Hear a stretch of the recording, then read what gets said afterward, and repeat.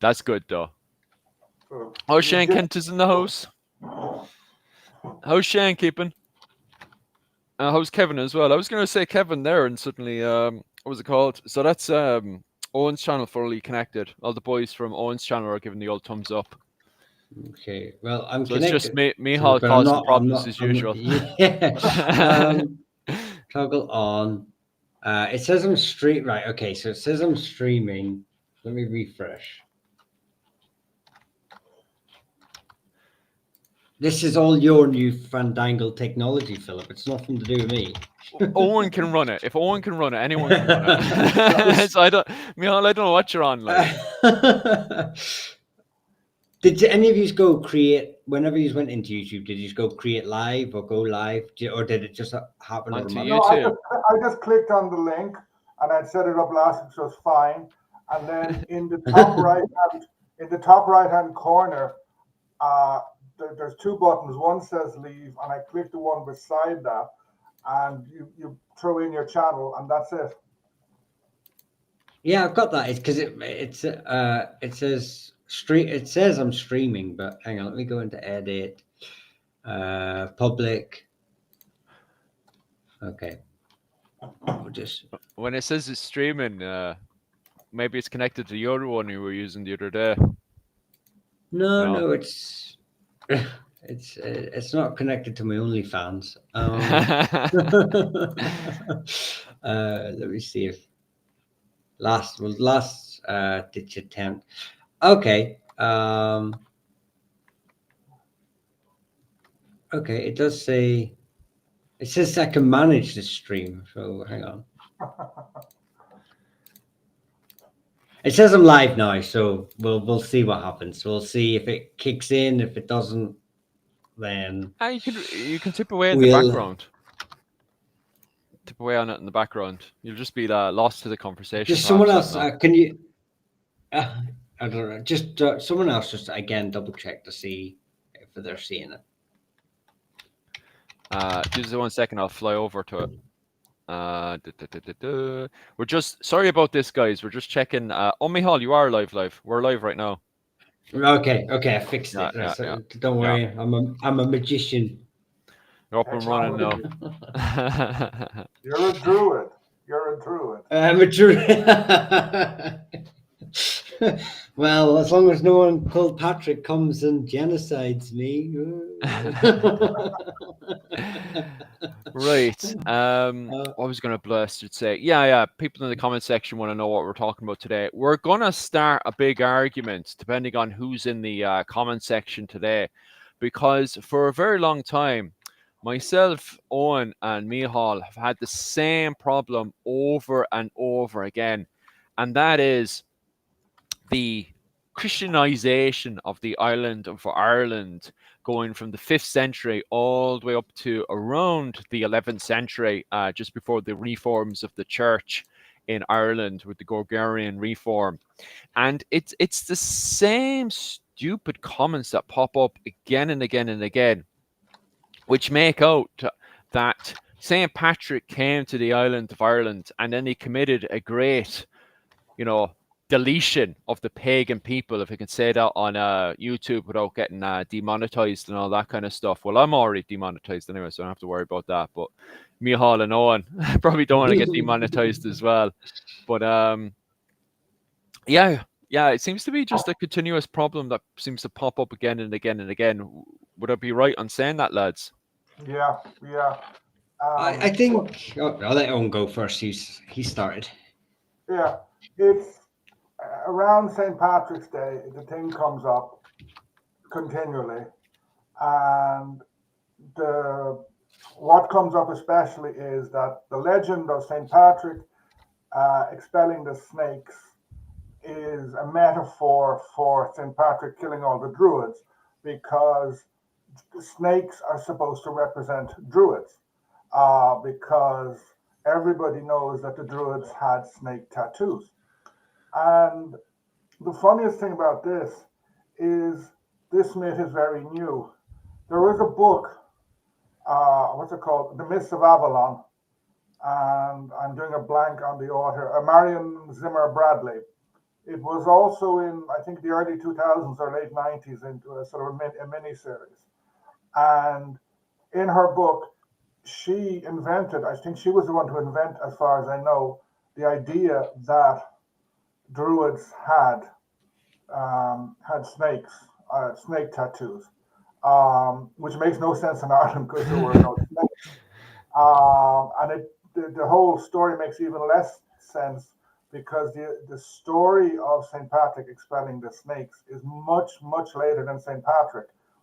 Giraldus Cambrensis is one of the first to report it. So that's 500, 600 years after St. Patrick. So it's based on 20th century pop culture, but some people are really, really, really attached to it. You can go to social media and throw in St. Patrick's snakes, pagan genocide, and be very surprised at what you come up with. But it is generally something I find annoying. And I just find it bizarre that anybody still believes in this myth. Yeah, it just seems.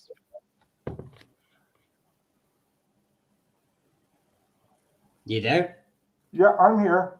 No, I just heard he went. Philip went, yeah, it seems, and then just sort of Yeah. went quiet. And Oh actually, yeah. Go there's ahead. someone else who knows of the book, Mists of Avalon. Vini Deseret Atlantis Marset, fitting in as many I references as think, possible. They I wanted to think send with that to the book. yeah, without going too into it, I know other academics like Howard Williams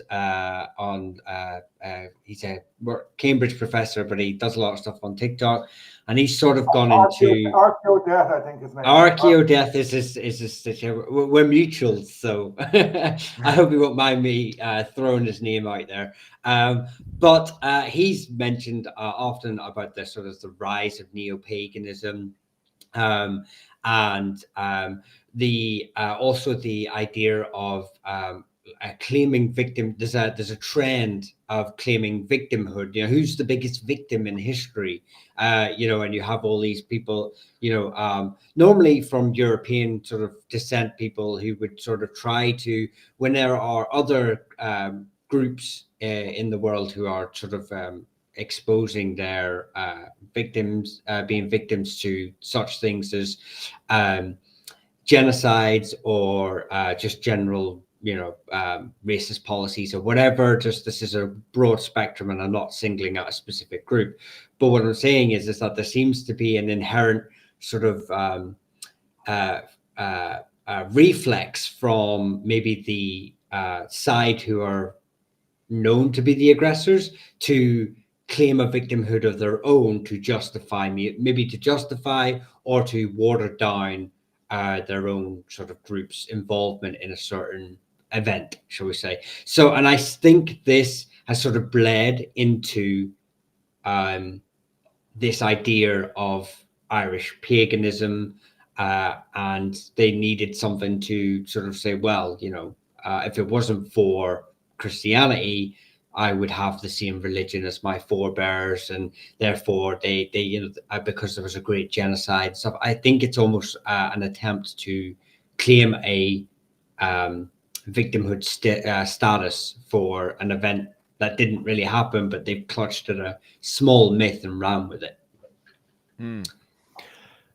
It's just to say there, it's funny because you have a weird, at times, confluence between neo-paganism, especially in the States, and evangelical ideas about this sort of stuff. They come together and massacre Irish history. And because most of what people say they know about Irish paganism is wrong. Most of it is very, very new. Saint Bridget was a saint, was a human person, and only became a Celtic goddess at the beginning of the 20th century.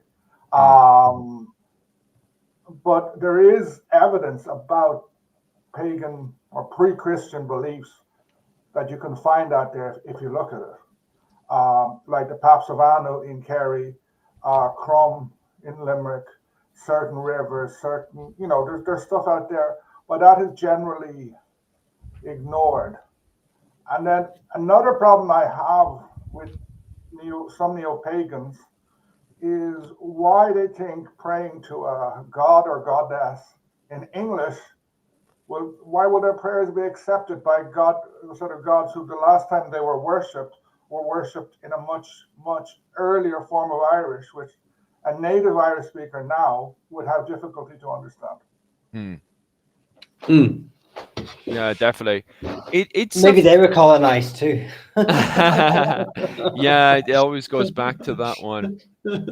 Just popping up to the comment section there because there's a few good ones popping up there. Not sure about the first one here, but Shane Kent is bringing up some very, very good comments there.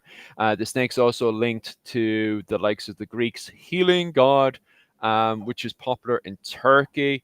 And then he elaborates on that with he is often depicted with the snake linked with healing and regeneration. Shane Kent, can you elaborate still further on that one? Because I'm not sure how that's connected from Greece over to Ireland. Is there a connection there as well? I don't think it's connected directly to Ireland, but I think there is an image of a star. I think it's supposed to be an image of what you would call it, a doctor in Roman times or Greek times. There's a star, and then there's two snakes on either side.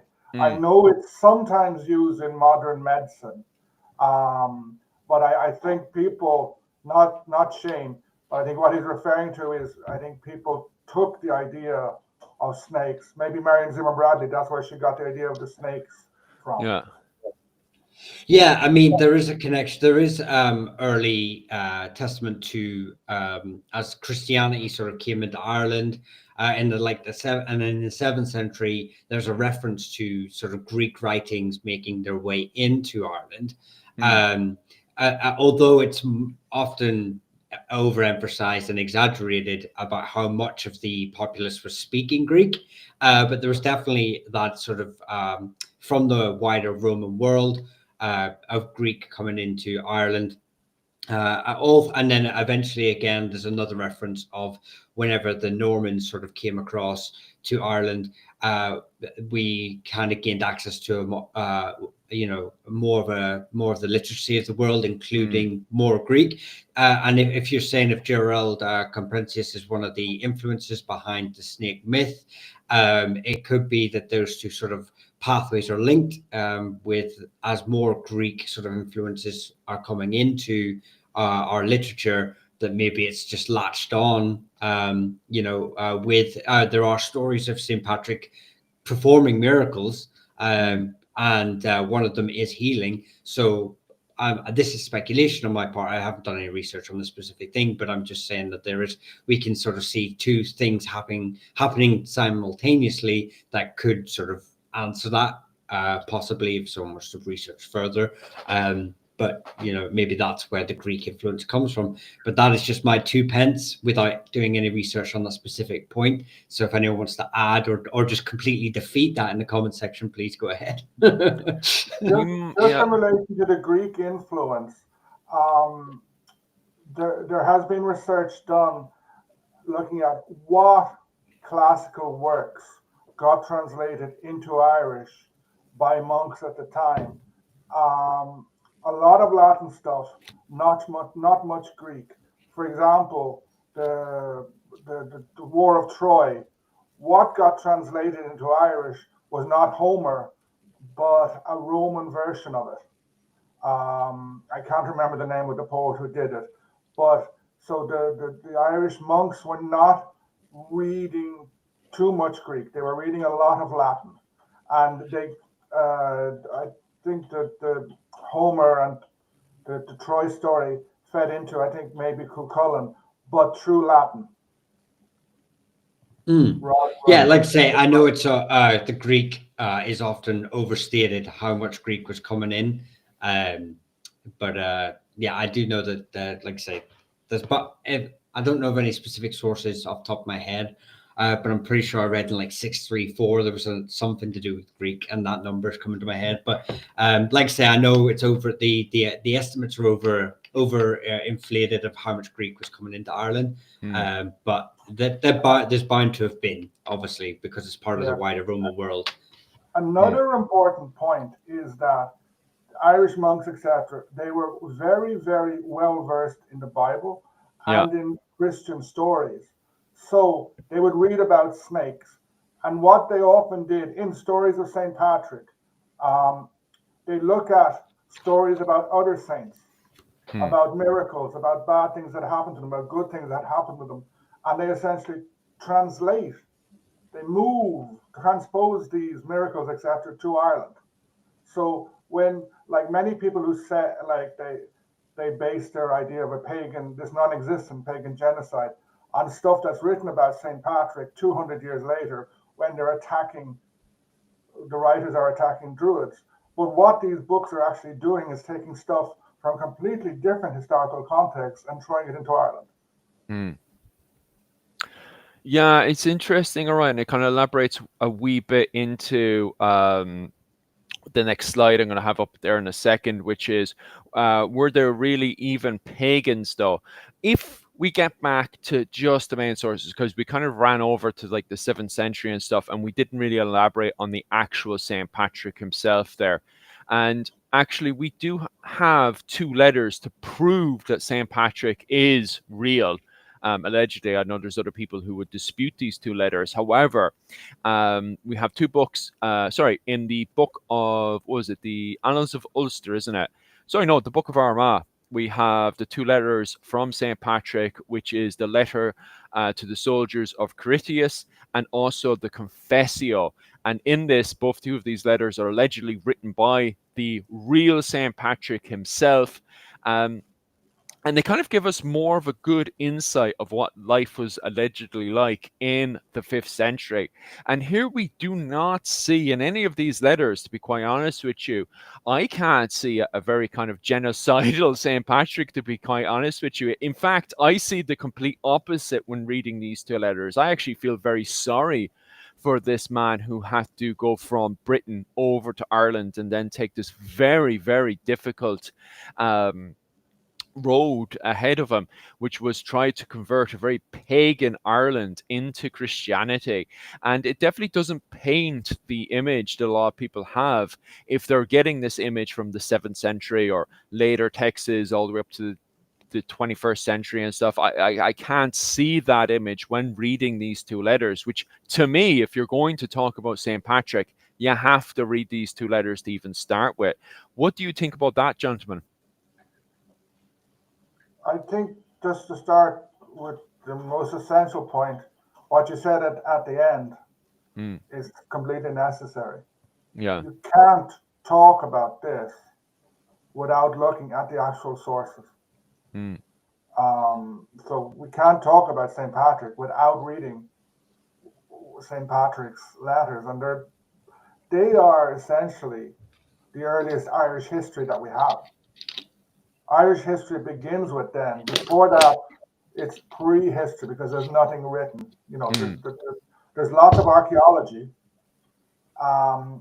You could say there is some history written by Tacitus and other Romans, but St. Patrick marks the beginning of history in Ireland, and those things are essential, and they are completely different to what's the name of? There's a bishop who wrote about 200 years later a life of St. Patrick, which is completely different, and it's written for a political point of view. Is it Avenant or the other? You've got Avenant and the other. I think characters. That's the one. Sorry. I would also recommend, I gave it to you in the sources, listening. There's the Irish Medieval History podcast. It's from people in Maynooth. They have an interview about St. Patrick with a guy. He was publishing a blog called Vox Hypernicum, where he goes into great detail talking about St. Patrick based on St. Patrick's writings. And I challenge anyone to listen to that podcast, to read his stuff, and then continue to advocate there was a genocide. Because these guys know their stuff, and they know their early Irish, and they know their Latin. Yeah. Yeah, I think not only do we, although the history of Ireland will use that statement that starts at St. Patrick, the history of Christianity in Ireland does not start with St. Patrick. And that is also another point that sort of, I think, almost debunks the myth of a genocide when you Mm, realize how Christianity really came to Ireland. If you focus on the narrative that St. Patrick came across, converted the women and the outcasts, and eventually the nobility, then it's easy to sort of come up with start building a picture of this myth that exists of genocide. But when you actually really look at how Christianity arrived in Ireland, and the complex process involving various channels, starting way before the official missions um, in Ireland, you can start to see that actually it's not plausible for there to have been a genocide, mm, because this is not just a single individual coming in and putting his beliefs on. We have Christianity coming through introduction of trade before St. Patrick exists. We have the south of Munster having close links with Gaul. We have the Leinster having close links with Britain. This is a trade of goods, knowledge, including Christianity, slaves, which some of them would have been Christian, as we know from Patrick's narrative. mm, Whether you believe that his story is fabricated or not is irrelevant. We know that slavery existed in Ireland, and we know that Christian slaves were among those. We also know that possibly Scotti troops were being used as soldiers within Marcus Aurelius Carausius, his forces in Londinium.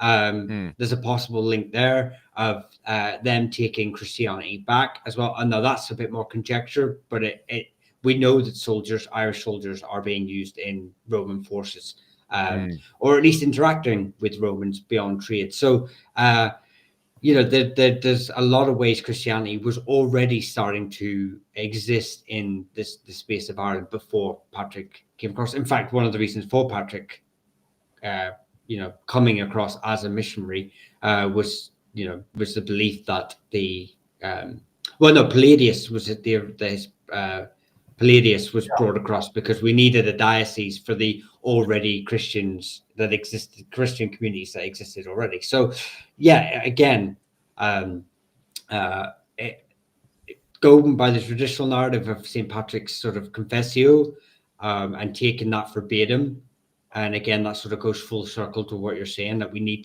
to read his work and use his work as evidence, but we also need to use a bit more context and realizing who he's writing to and who he's writing about and why he's writing what he's writing, and why he omits some things and adds others.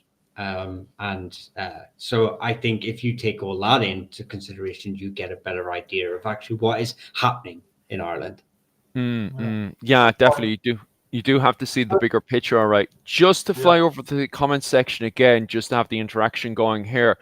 Guys, if you believe that St. Patrick did wipe out the pagans, could you please give us a source? Because that's what we're here to talk about today. Because I've gone through all the literature, and to be quite honest with you, I can't find anywhere so far in all my research where I could find any evidence to support this kind of argument. So if you're in the comment section and you believe in this type of stuff, please give me the references to this because I just can't find it, to be quite honest with you.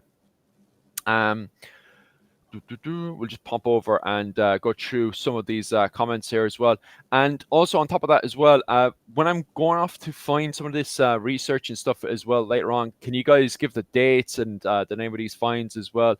Because I am interested in a lot of this kind of stuff, so I would love to see more of this kind of stuff, to be quite honest with you. And Caveman's just said there about the Fermanagh apparently are a Celtic tribe. The Manapai who immigrated to Ireland during the Roman conquest of Gaul. I have a suspicion. Now, it's not on what he's saying, but I have a suspicion the very individual. Hopefully, Shane Kent's here. That Marcus Aurelius Carasius was of the Manapai. I have a really not of the branch that supposedly migrated to Ireland, but of the Gallic group, which would be very interesting if that if that is true, and we could prove that link. Maybe that's another link to Ireland that he would possibly have that would support that. But it's just I sort of wanted to make a point to what Michael was saying a little earlier, talking about links to the Romans, etc. I think in Irish history for the last few hundred years, we have overtaught the idea that Ireland is an island behind an island. Since the Bronze Age, the Irish Sea and also the other seas, they have been roads, they have been means of transport, means of communication, sort of between Ireland, between Britain, between Ireland, France, or Gaul, if you prefer, between Iberia. It is this fantastic way, and all this stuff went both ways. Like you mentioned, Irish taking slaves from Britain, from Britannia, maybe it's better. But the letter to Coroticus, from what I understand, came from somewhere in Britain and captured and took as slaves some of St. Patrick's Christians. So it just shows you there's a two-way flow. And finally, another point that definitely does not fit into this narrative of a genocide. The Iron Age in Ireland is, some people are now starting to call it an Irish Dark Age, because we have fantastic stuff about the Bronze Age. Go to the museum in Dublin and the section on gold, like you go walk straight in, it's there. You'll see all this amazing Bronze Age gold, torques, etc., etc. Beautiful weapons. You have, stone circles, a lot of stuff. Suddenly the Iron Age comes, and they know from pollen counts and excavations, the population was going down because there's less farmland being used. Something bad happened for a while. And then when Ireland Christianizes, or better, starts to Christianize, things economically, the country turns around, the population starts to grow. That's why I think from the 6th century on, 7th century, there's suddenly loads of ring forts because the population was growing. There was a big turnabout in the economic, probably social and political structure of Gaelic Ireland at that time that came with Christianity. I don't know, I'm not going to say that it was due to Christianity. It could just have been a coincidence. And the fact that Roman Britain was starting to enter, a very turbulent period may have benefited Ireland. But again, it's this bigger picture. You have to sort of move away from small narratives and start looking at other things and seeing Ireland as connected to other things. Yeah, I definitely agree with you there. And on top of that as well, just getting back into the comment section again so we can get this up and flowing, is the fact that it is true. There is a period that you have an entire transition period going from St. Patrick coming onto the island of Ireland into this kind of transition period of this kind of conversion era. And then it's not a case, to me, it's not a case of it's suddenly becoming a Christian state, that there is a period of, transition period going from paganism into Christianity, that people kind of, because of this kind of genocide narrative, that people have this they expect when, 410 comes, here comes St. Patrick, 436, and then bang, Ireland is Christianized. That's not the case whatsoever. It seems to me, going from around 436 up to 550, that we do in fact have a transition period, especially between the gods and goddesses. Now, Owen, I do find it very interesting that you solidly do believe that there is no connection between, maybe you believe there's a little bit of connection there between St. Patrick and perhaps, a kind of quote unquote Celtic Roman god that we see over in the north of England, Burgundy. St. Patrick or British? St. Sorry, Patrick say or that St. again. Bridget? Are you Saint talking about Bridget. Oh yeah, sorry about that. Saint Bridget. Because I was actually going to use Saint Bridget as a kind of what was I going to do with her? Saint Bridget. I was kind of going to show people, hey, look, actually, there's a transition period here where we have the kind of Celtic Roman god up in the north of England, Saint Burgundy's, who's very similar to the goddess that we see over in Kildare, quote unquote, same, the goddess Bridget, and that we see there a transition going from Bridget to the Saint Bridget. No, you were actually bang on right. Dr. Owen O'Neill, in the fact that actually trying to find evidence that there's a connection between Burgundy up in the north of England. Now, there's no, in Ireland itself, in Kildare, there is no solid evidence from what we've done so far that there was a goddess Bridget there. I think most of the arguments come from the fact that there is a connection. There perhaps could be a connection between a goddess, the goddess Burgundies that we can find in the north of England, and perhaps Saint Bridget. I think that's mostly the argument people try to go off of. But you're bang on right. So far, there have been so many academics that have actually turned around. This is actually, show me the evidence. Is there any evidence there? But at the same time, I do want to highlight, if it is true that that there is a connection between the earlier Burgundy's goddess up in the north of England, and we have Bridget, then in fact this could be a good way to show an example of this kind of conversion era, where it's not a kind of cut and dry, hey look, it's 436, bang, everybody's suddenly Christianized. In fact, there's this whole transition where people in these monastic settlement, well, I suppose religious settlements that are here, that they're slowly converting, they're taking on more and more of these Christian ideas, and they're blurring into Christianity rather than just suddenly becoming Christianized. From my interpretation of what's going on, looking at the finds, now it's not until we get up to the 7th century that we start to see literature starting to appear from what we have left from the early medieval period. So there's not even like written evidence, from my understanding, from the 6th century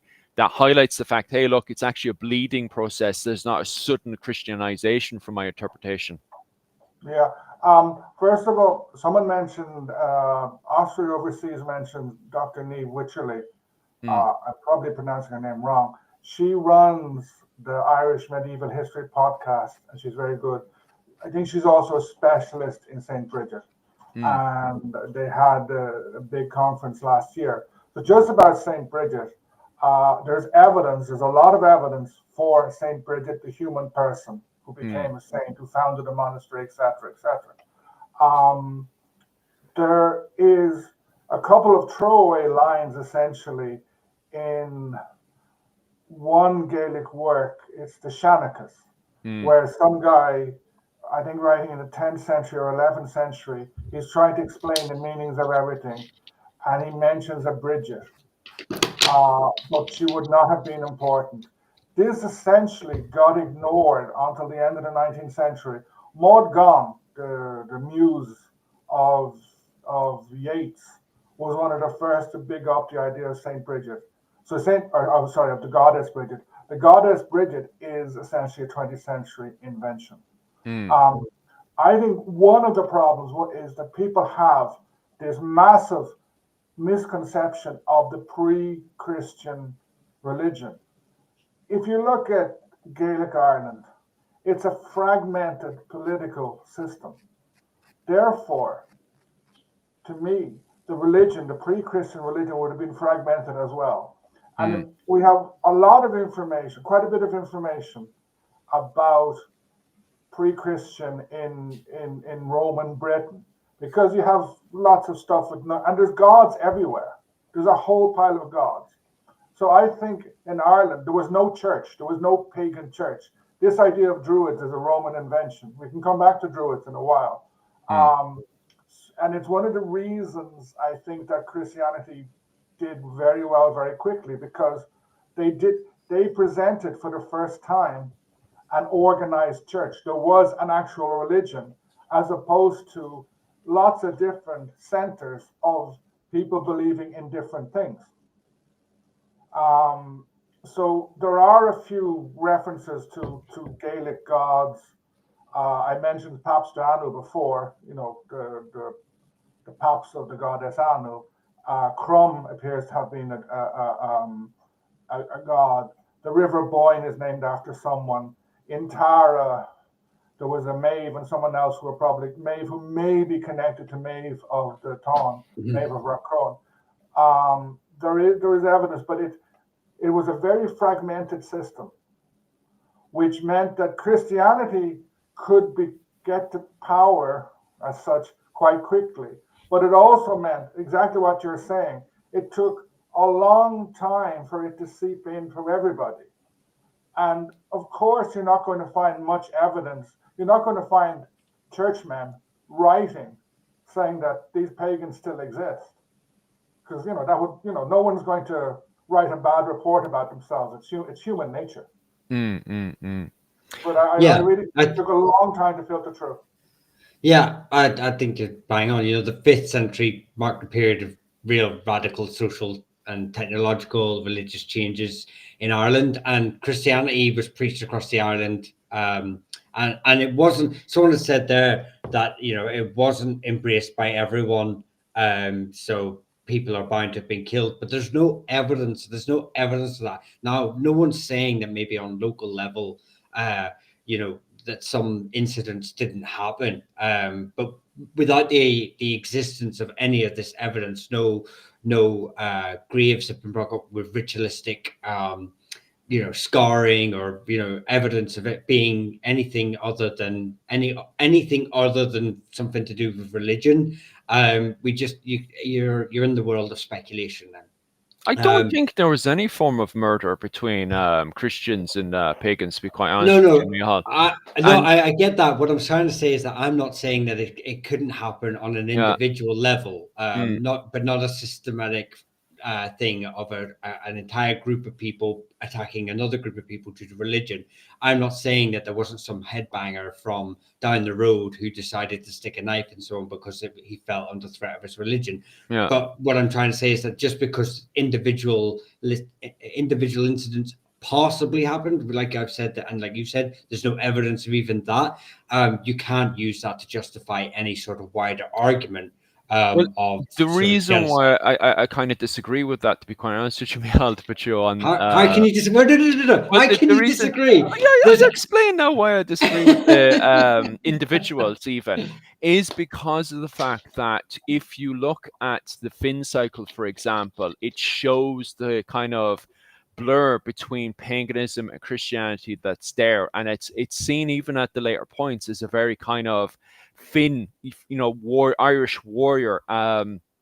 Even like the blur is there all the way from what was it called? The Finn cycle that we can see around. I suppose it's not really written down until about the 8th century and stuff. However, it seems to indicate much more earlier sources, perhaps even from the 6th or even earlier to the time of Jesus Christ, that's even pushing it. But anyway, my main point being is that the Finn cycle that's set around the, I suppose, the period of around this, I suppose, the 7th century all the way up to around the 11th century.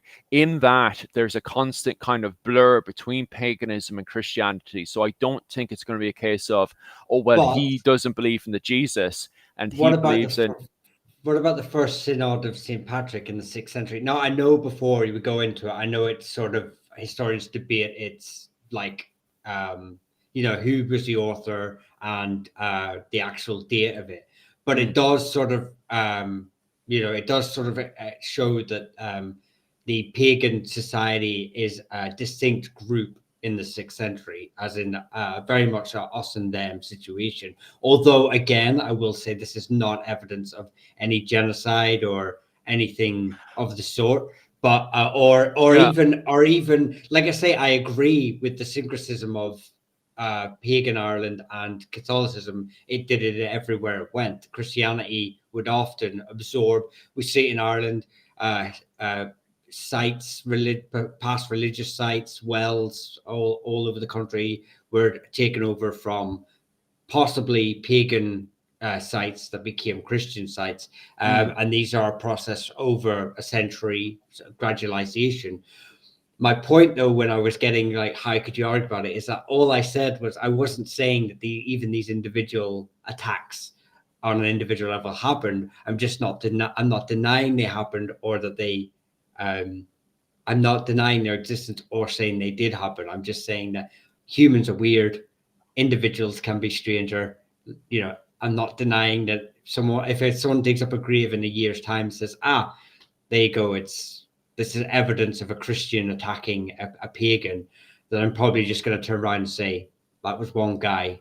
Everyone knew Bob down the lane was a lunatic, you know? So, Well, you know. you do obviously have the freak mergers and stuff, but it's trying to find evidence of that, I'd reckon, would be very, very difficult, given the fact that the warrior class, which is, the Fenian in the mythology and stuff, are constantly in that blur zone, and they never seem to go out. Even when the Vikings come in, we kind of, and I'll talk about that later on as well. Even when the Vikings come in, there's never a kind of, okay, we're going out to attack the Christians. When Vikings are attacking in Ireland, it's there to steal the loot. They're there to take all the loot. They're never going out of their way to attack Christians per se for being Christian. And we see the same thing within the Finn cycle and stuff. They're always, like, the Fenian are always experimenting and playing with pagan beliefs. Even the whole thing around headhunting, the ceremonies around headhunting, from even just the day-to-day stuff that they have going on with them, with the whole kind of connection with wolves and all that kind of stuff, the whole kind of paganism around them and stuff. There's just a massive blur line. There's never a kind of, okay, let's go out there and attack Christians, or vice versa. They're never going out there to attack pagans.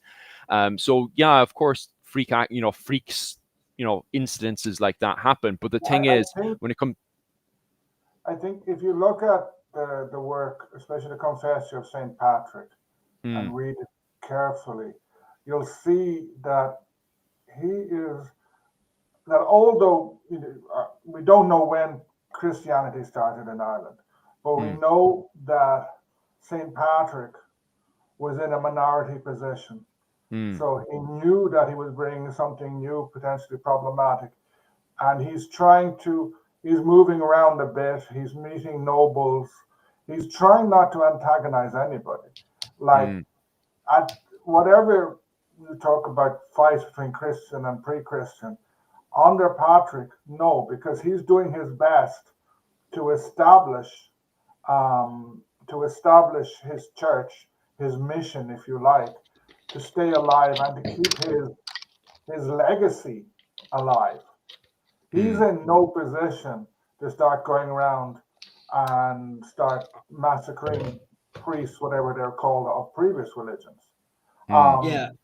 And then Christianity starts to grow, and I think it grew fairly fast because due to the lack of unorganized opposition. And then you mentioned the synod. The synod kind of shows that there was still 100 years later, whatever, there still were pagans. There still were a significant number of them, but there had been a change. So the pagans were now the minority, and there were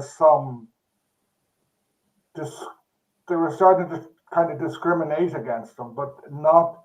And there must have been fights, but would have been fights between Christians as well and between pagans. Cattle raiding, when you're off to steal stuff from the valley over the mountain, you probably don't care their religion. Maybe a priest will give you some blessing to help you, so you'll pretend you're a crusader for the I can't think of an alternative word. You'll persuade yourself you're going there to plunder this guy for religion. Yeah, I think I also think that there is a difference between, say, like you said there, Owen, about St. Patrick's mission and the earlier, possibly pre-patrician priests that sort of came across, and in that sort of 5th, 6th century. I do slightly disagree with Philip on the later, with the Norse arriving, when we see in the Bran saga and the War of the Gael Foreigners, there's definitely a message to portray the Norsemen as ruthless pagans, and there's definitely in the literature, in the annals, they definitely heathens, and there's definitely language that interprets them as us and them, and it's very aggressive language. It's almost like today with how people use messaging. I think it's very similar in that they are portraying an us and them. Now, I will say that the Irish were obviously raiding churches too. The Norse were going out of their way to attack for a Christian against the Christians for the sake of being Christian per se. It was about loot, but at the same time, the Christians are, and I'm pretty sure the Norse did too, but the Christians, we have the evidence, the Christians definitely demonizing these Norse heathens. And one of them is the reason they are so savage and brutal and uncivilized is because they are heathens and they worship their false gods. And we, like I say, just that could be seen in the Bjorn Saga and the War of the Gael of the Foreigners, in that they do portray them in a negative light. And one of the negative tones that they're using to describe them as why they're negative is their anti-Christian beliefs.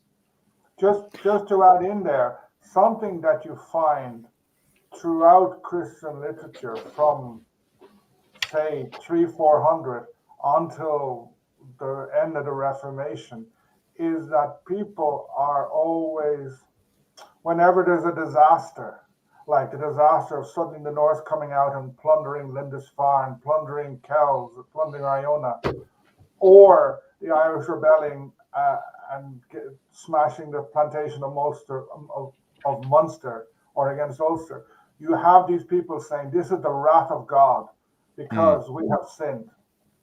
And in that case, the words that you mentioned, heathen, etc., they're important words because they're connected to religious. Because heathen compared to pagan, as someone has mentioned in the comments, it meant kulshi as such. Yeah.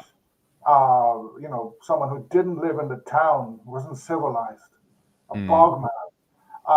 Heathen is, someone who rejects the word of God. They're not just, the guy down the road there, and they're carrying a sword, and they're coming to do Satan's work or whatever. That's why I think that the argument is slightly different. But don't get me wrong, I do understand there is evidence of mutual pragmatism for working together. Like Philip will mention Cork is a great example, an area down in Cork with a monastic site and a Norse settlement nearby. So there is obviously a mutual, but it's just but that was just I feel that they're interpreted. But the problem I have with that interpretation is the fact that the Finns, the Fenian warriors, are also considered heathens as well. And it's the same thing with the Gael Gael. The Gael Gael, the Irish Vikings, are also branded as even the worst heathens of all because, as you guys pointed out there, they should know better. If you look at the book of Ushraga, for example, God, I can't remember the official name of the book, but it lists, the Danes, the Norwegians, and at the very bottom, it's the Gael Gael. The Gael Gael are considered the worst ones of all because they're educated in Christ, and yet they reject him in his actions. And it's the same. The Gael Gael and the Fenian, because of that blur in reality that we see around the southeast of the island of Ireland, because the word Gael Gael first appears up around the Munster region, with no surprise there, because that's where the earliest areas where you start to see Norse start to settle around the place. So you start to get this whole kind of quote unquote Viking culture starting to settle around the southeast area. So it's no surprise that the word Gael Gael starts to appear around between 820 to 840 in the Annals of Ulster. And if you look at the Finn cycle there, you start to see the same characteristics and the same kind of blur and attitude between the Finn cycle and the the actions of the Gael Gael. So yeah, I do agree, because what you say there, because I think it's in some fragmentary annals as well. The Dark Foreigners or the Danes are seen as like semi-Christian, Norwegians are seen as pagan, and the Gael Gael are seen as apostates. as they are seen as worse than pagans because they're rejecting. And I believe that's one of the terms that are used. But that again, it's the language they're using, the aggressive language they're using in a very, very these people are anti-Christian, which is where that language is not used by anyone in the early medieval period and the early Christian period in Ireland to describe the pagans, which is why I think they're different. The views are totally different and they can't be used in syncretism with each other, because I do believe that once Christianity became the more dominant religion, it sought to solidify and protect what it had gained, which we see with the Albigenese rebellion, the Cahors in France, and as the minute a sect of another religion came out, they were very quick to stamp it down. Although Cahors, it took them like 100 years and then 20 years to do it. But what I'm saying is that I think once they became the dominant faith, then we start to see this sort of aggressive protectionism. Well, how can you get aggressive if your main military force is, heathen or whatnot? Because in the end of the day, the people writing this can't go commit violence. What's that? But with media, with literacy, which is the same way that we can do it today, which is we do it today. Well, you see, the media these days. Can I just go on there. put in here, the example of the Cathars, the Albigensian Crusade in Languedoc, is an interesting one, because there are some historians these days who argue that there were no Cathars, that it wasn't an organized religion, that it was invented as such by the Dominicans, by the Inquisition into it. Like, there's a whole pile of sources. There is something going on down there. Christianity has kind of fragmented. There are different beliefs, but it's not an organized thing. It's like I've been to Carcassonne. It's a lovely place. So I know the traditional picture. I think it's a very interesting story. But I listened to a podcast a couple of years ago. Someone saying that there were no Cathars. And I think, I'm not going to say who is correct, because French medieval history is not my point. No, I'm not French either. It points out the difficulty of history, the importance of sources, the importance of reading different things. And like, one annal can say heathen for some reason, another will say something different, because, like, if we take Brian Boru, the Annals of Ulster were quite pro Brian Boru because he was pouring money into Armagh. Sort of, and I don't know just all the annals. There are biases. We don't know enough about some of them. Like, some of the ones written in Munster would basically ignore what's going on in Ulster, and vice versa. So we have very fragmented sources.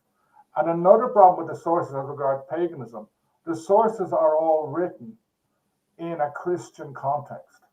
And one where they have Latin words, like the word druid. They take that concept where obviously there was a priesthood in pre-Christian Ireland. Were they druids? Were they connected to Britain? Were they connected to France? I don't think they were connected to Gaul. England, or to the Isle of Anglesey, I'm not very sure. I'm sure there was a priesthood, but we know nothing about them. All the sources we have about them are written much later, and they're all incorporating, when they use the word druid, they're incorporating Roman and Latin concepts, and the same goes for kind of everything. Yeah, I mean, it's the same. We take our idea of druids from Julius Caesar's work, and he just spent a campaign sort of aggressively going after them in Britain. So it's kind of why is it the history is written by the victors? So definitely, that's always the case. Just getting back onto topic there. If anybody's wondering what the image I have up there, it is Diarmid MacCurbal, who is seen as the last pagan High King of Ireland, and this is the point where he his spelling of his name is literally in my head. Up in Clonmacnoise, it is Which saint is it again? You guys remember, do you? Where Diarmaid MacCurble converts over. It is St. Kieran. St. Kieran, that's the one. So on the left, we have St. Kieran, and on the right, we have Diarmaid MacCurble. And this is where they are converting over to Christianity in 550. So, as you said there, Owen, it didn't take very long to go from 436 over to 550, where we have this kind of conversion over, where then suddenly the Christians are the majority in what was it called, in Ireland at the time, for a good chunk of it. But there's still, like, to be quite honest with you, even when we enter into the golden age of Ireland, between the kind of period of 550 up to around 793, I can't see, once again, any literature that highlights any massive genocide between the pagans, to be quite honest with you. And of course, if you guys in the comment section disagree with us, definitely have sources. If there is any form of violence committed between Christians onto pagans, definitely put it down in the comment section below. But as I was saying earlier, like, the only literature that I can find, it still kind of is a blurry stage. Like, it isn't suddenly like, hey, look, we're all Roman Christians. Like, even on top of that, Roman Christianity isn't brought into Ireland until around, isn't it? 620s, 650s, where it starts to bleed into Ireland as well. And once again, it's not a suddenly, hey, look, we're all now Roman Christians. And when I say Roman Christians, I mean kind of the ideas of the papacy itself. It's not until around 1153 that, Ireland is, on the same kind of thought wave of Rome at the time.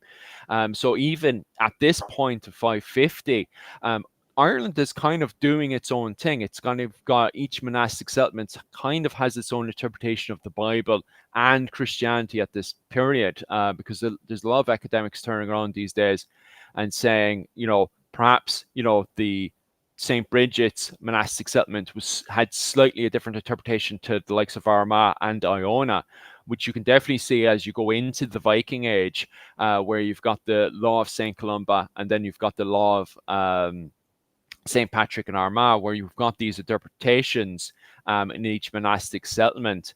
So even within the monastic settlements in Ireland itself, it seems that there is different interpretations of what's going on.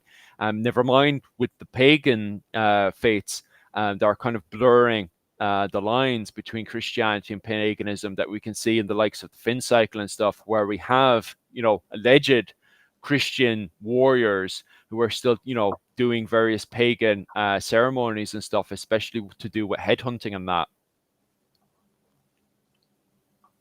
Just when you say different interpretations, I think you have to be careful there, because they were all Christian, and it was a Romanish style of Christianity. As the centuries went by, it became more Roman, but they had different interpretations of who was more important. There was a fight between Patrick and Bridget for who's going to become the boss, the patron saint. Not between Patrick and Bridget, but between Kildare, who were the followers of Bridget, and Armagh, the followers of Patrick. Armagh wins out, but in that battle, they produce a lot of literature, which is the basis of the myth of Patrick. We have some literature about Kildare, but if some political things had gone another way, maybe we wouldn't celebrate St. Patrick's Day. The national day would be on the 1st of February, because for a long time St. Bridget was. Many people thought she was more important, and I actually think if you were to go to say the northeast, Donegal, Tyrconnell, they would have said no. Most important is Colmkill, because he was one of them. Yeah, I mean, there was obviously a massive propaganda campaign by the Armagh Church and obviously others too, and this would bleed into. Obviously, you've got Mercu and Tyrconnell, who are the St. Patrick's hagiographers, and and they obviously start a really big campaign to sort of promote St. Patrick as the single entity for the arrival of Christianity. Not only that, you also have later on. So Armagh is actually within the kingdom of Archela originally, and not where the Eneals are based out of. And the Eneals obviously are trying to use St. Patrick to promote their sort of political ambitions, use the Church of Armagh for their political ambitions. Obviously, they are in opposition to the Archelians as well. So you have this sort of factions within family factions outside of it trying to fight over the church, and the church using this as well to sort of bolster their position, by saying, if you support us, the O'Neills or the Eneil at that stage, we'll propagate St. Patrick as the main saint. We will, support your claim to Ulster, etc. So you can see how very quickly, this is 7th, 8th century. So it's within about 300-400 years. It's just basically the churches are just all out in propaganda mode, sort of trying to establish themselves as and I think just because of how dominant the Eneil became is probably one of the main factors for Patrick's rising as the main saint in Ireland. Yeah, happy days. Just advancing a wee bit further there. Obviously, guys, if there's any comments there that you guys want to, because we're starting to have comments there trickle around. Thanks very much for keeping our algorithm up and going, guys. It's worth a lot to us.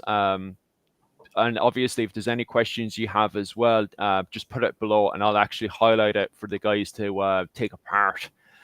But just heading a wee bit, so between 550 to 793, we kind of start to get on more and more Christian ideas and beliefs.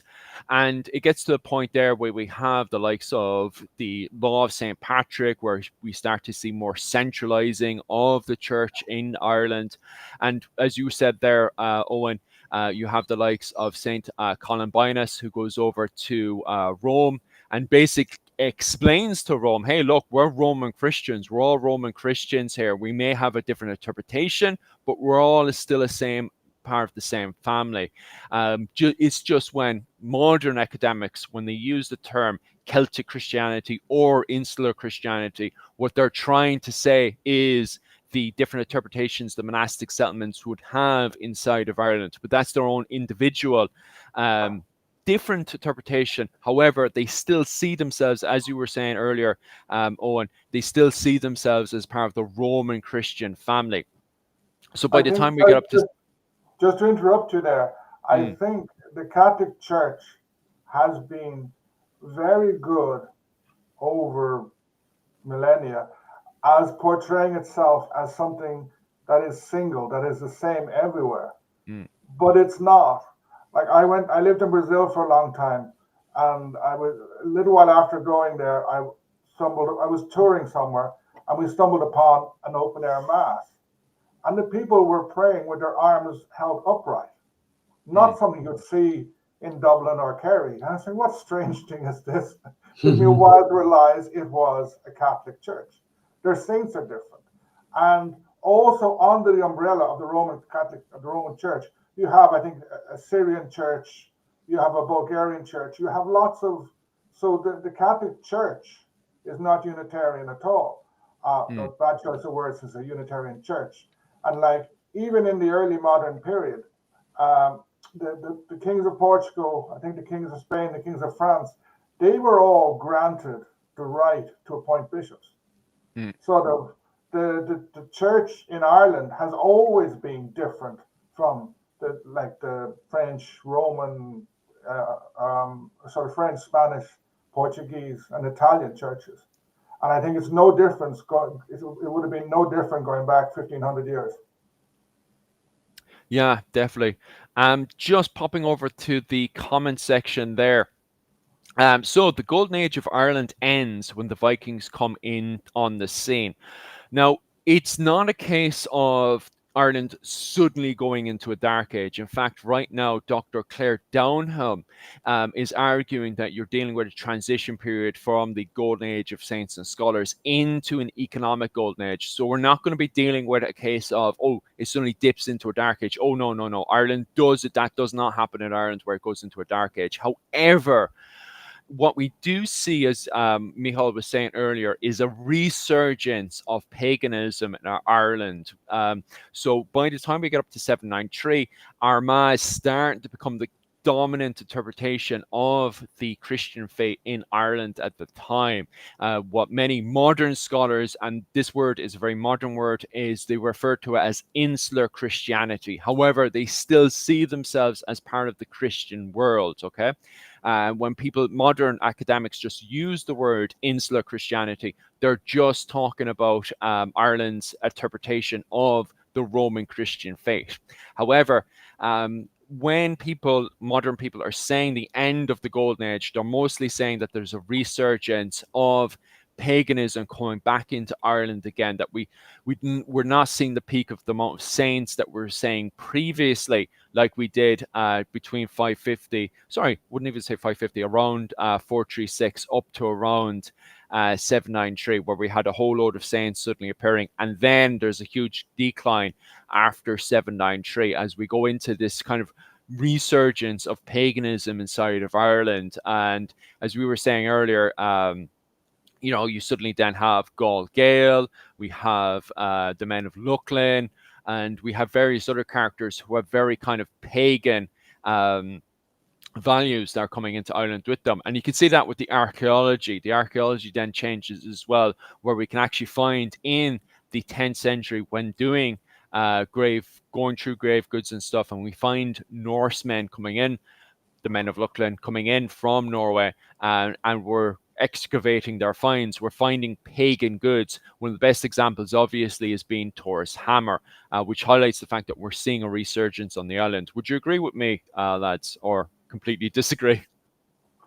I tend to agree with you. Yeah, so the Norse, when they came in, brought their own religions. I know in Kerry, they were doing some excavations in North Kerry. I can't remember the name of the place, on a cave. And they found burials in the cave going back over a long period. And there were a certain number of pagan ones there. But once the Norse starts to settle, they start converting relatively quickly, if you consider. Because when people think about the Norse, they think about Thor, Thor and Odin, etc. But I'm not sure the exact date when they start becoming Christian, but they do very quickly. No exact date, because it's the same thing again from all the archaeological finds that I went through. It's the very same thing again, where you see a blur once again, and you can see that like there's way more archaeological finds for the Gall Gael, the men of Luckland, and the Danes, in the fact that what you're looking at is actually a massive blur between paganism and Christianity. That Jesus, in a way, is sort of just Jesus and God is kind of just another kind of god and goddess into the collection of their own gods and goddesses at first in the 10th century. So in the 9th century, a lot of the archaeological finds are very kind of Norse pagan, as we would say today. However, into the 10th century, what we're now looking at is this massive blur between the Hiberno-Scandinavians in Dublin, Cork, Limerick, Wexford, and Waterford. In the fact that even in England, when in the 10th century, when the Hiberno-Scandinavians invade York, which they referred to as Jorvik, they erect crosses, and on those crosses, you can actually see both pagan gods and goddesses, and you can see a depiction of Jesus and the crucifixion, which is just like so interesting that we see this blur. And then even in Iceland, if we look at Nile Saga and then compare it to the archaeological finds, we can see Fenrir, a Norse pagan god, on a Christian cross. So it gives us an impression that we see this blur together of paganism and Christianity up until around the 11th century with the reforms of this church, with the Gregorian reforms. We see the popularity because of the interaction between Waterford and Norway. There perhaps maybe Waterford Vikings going over to Norway and actually enforcing Christianity, and actually then suddenly around Gregorian reforms around from around I'd say 1030 up to around 1158, that we see suddenly the men of Waterford and the men of Dublin suddenly switching to Christianity and taking fully on the Roman Christian beliefs. And we even have Citric Silkenbeard, who goes on pilgrimage over to Rome, where he comes back with the his own, what was it called? Not his own interpretation, but Rome's interpretation of the reform of the church and stuff. So that around that period of 1030 up to around 1158, you do see suddenly they're becoming Christian. There's no longer a blur before that. Yeah, I mean, go ahead. No, just my point is the question you sort of asked. Obviously, do you see like the assimilation that Philip sort of raised early on? Although I agree, obviously, while early rates targeted monasteries and like behavior, and that Philip sort of touched on behaviors, how behaviors changed. Like Godfred, Viking, I can't remember, Godfred, he used to spare oratories in about 921. So we can, it suggests a degree of recognition and even like respect for the Christian institutions. But I think despite assimilation, I still think Irish clerics and writers often like maintained a cultural and like religious boundaries, like portraying the Norse as others for political and rhetorical purposes. So I think, even though there is this sort of assimilation, I do think it goes back to my earlier point about what the annals are saying and other sources, that they are still an other, and it's still an us and them, which we, but that I don't think I'm slightly on the same page, but I do agree with the overarching. I would disagree with that, because that's, in my opinion, that is full on O'Brien, Ibrahim propaganda, because that's written in the period where Murtagh Ibrahim was looking to take over Dublin and really put down his force, where you've got all this literature suddenly appearing, like, the likes of the Irish and the foreigners, the war between the Gaul and the Gael and the foreigners. All that sort of literature is written when Murtagh Ibrahim is trying to demonize the men of Dublin. Like, as I said there, like the men of Dublin and Waterford, they're going over, and there's a good, because you see suddenly the appearance of St. Olaf's Church. That picture there is St. Olaf's Church in Waterford, and it's one of the early. That particular one was probably built much later on, but based on the earlier St. Olaf's Church in Waterford. But it's interesting that those churches are suddenly appearing in Waterford even before St. Olaf is canonized by the Roman Church, that they're already building churches in dedication to Olaf. It's very interesting, and that you see a sudden change between Odin into Olaf. However, at the same time, as you said there, it doesn't stop the Ibrians propaganding and saying, hey, look, they're still heathens, they're still not part of the Christian way of life. But I do fully believe that's full-on politics from Murtagh Ibrahim in the 11th and 12th century. And you see the same thing with the Normans arriving to Ireland with Gerald of Wales, where he demonizes the Christian Irish. Like, we know Christianity came to Ireland originally with St. Patrick in 436. However, Gerald of Wales pretty much makes out that, hey, look, the Irish are pretty much heathens. They've pretty much gone to the ways of complete heresy and stuff to justify the Normans invading Ireland. And that's my interpretation, that, hey, look, Murtagh Ibrahim was doing it before Gerald of Wales was, to justify his occupation of Dublin. Yeah, I agree. It's political. Sorry, just and then you. But I agree, it's political, but obviously politics has a way of bleeding into general populace, like ideals and how they interact with the people. So I think that's just my point, is that although the Vikings are doing or the Norse are doing one thing, the Irish at the time are saying another for political reasons, which is why the assimilation isn't so as clean cut as some people would interpret. Yeah. Just, I want to give you an actual physical example of an interesting assimilation. I live in Valencia Island. Between Valencia Island and the mainland is Beagnish Island. And in the 1950s, they did an excavation there, and they found a settlement. One of the houses, especially, some archaeologists say no, but most say yes. It's a Norse house, especially because on the lintel of this house, this stone had Norse runes on it, but it also had a cross. And I think it's the earliest example in Ireland of a rune stone with a Christian symbol on it. It's a very important find. For some reason, it ended up in the Cork Public Museum. I went there in COVID times, and they let me in, and they brought me to the stone, took off the cover, and left me there, so I was able to touch it. I went back 2 years ago, and the museum was all done up, lovely museum, but it's not on bloody show. It's a really important artifact, but it's not on show. And then just jumping to Giraldus Cambrensis, again, it shows the importance of, when you talk about this stuff, politics. Cambrensis is coming in. He's cousins of the Fitzgeralds, but he is essentially saying the Irish are barbarians and are not properly Christians, which is why the Tudors loved him, especially the Elizabethans. They loved him because he's justifying he's justifying whatever the Normans do, whatever bad they do is justified by this. And so someone was just mentioning Ogham stones, like this stone, this rune stone.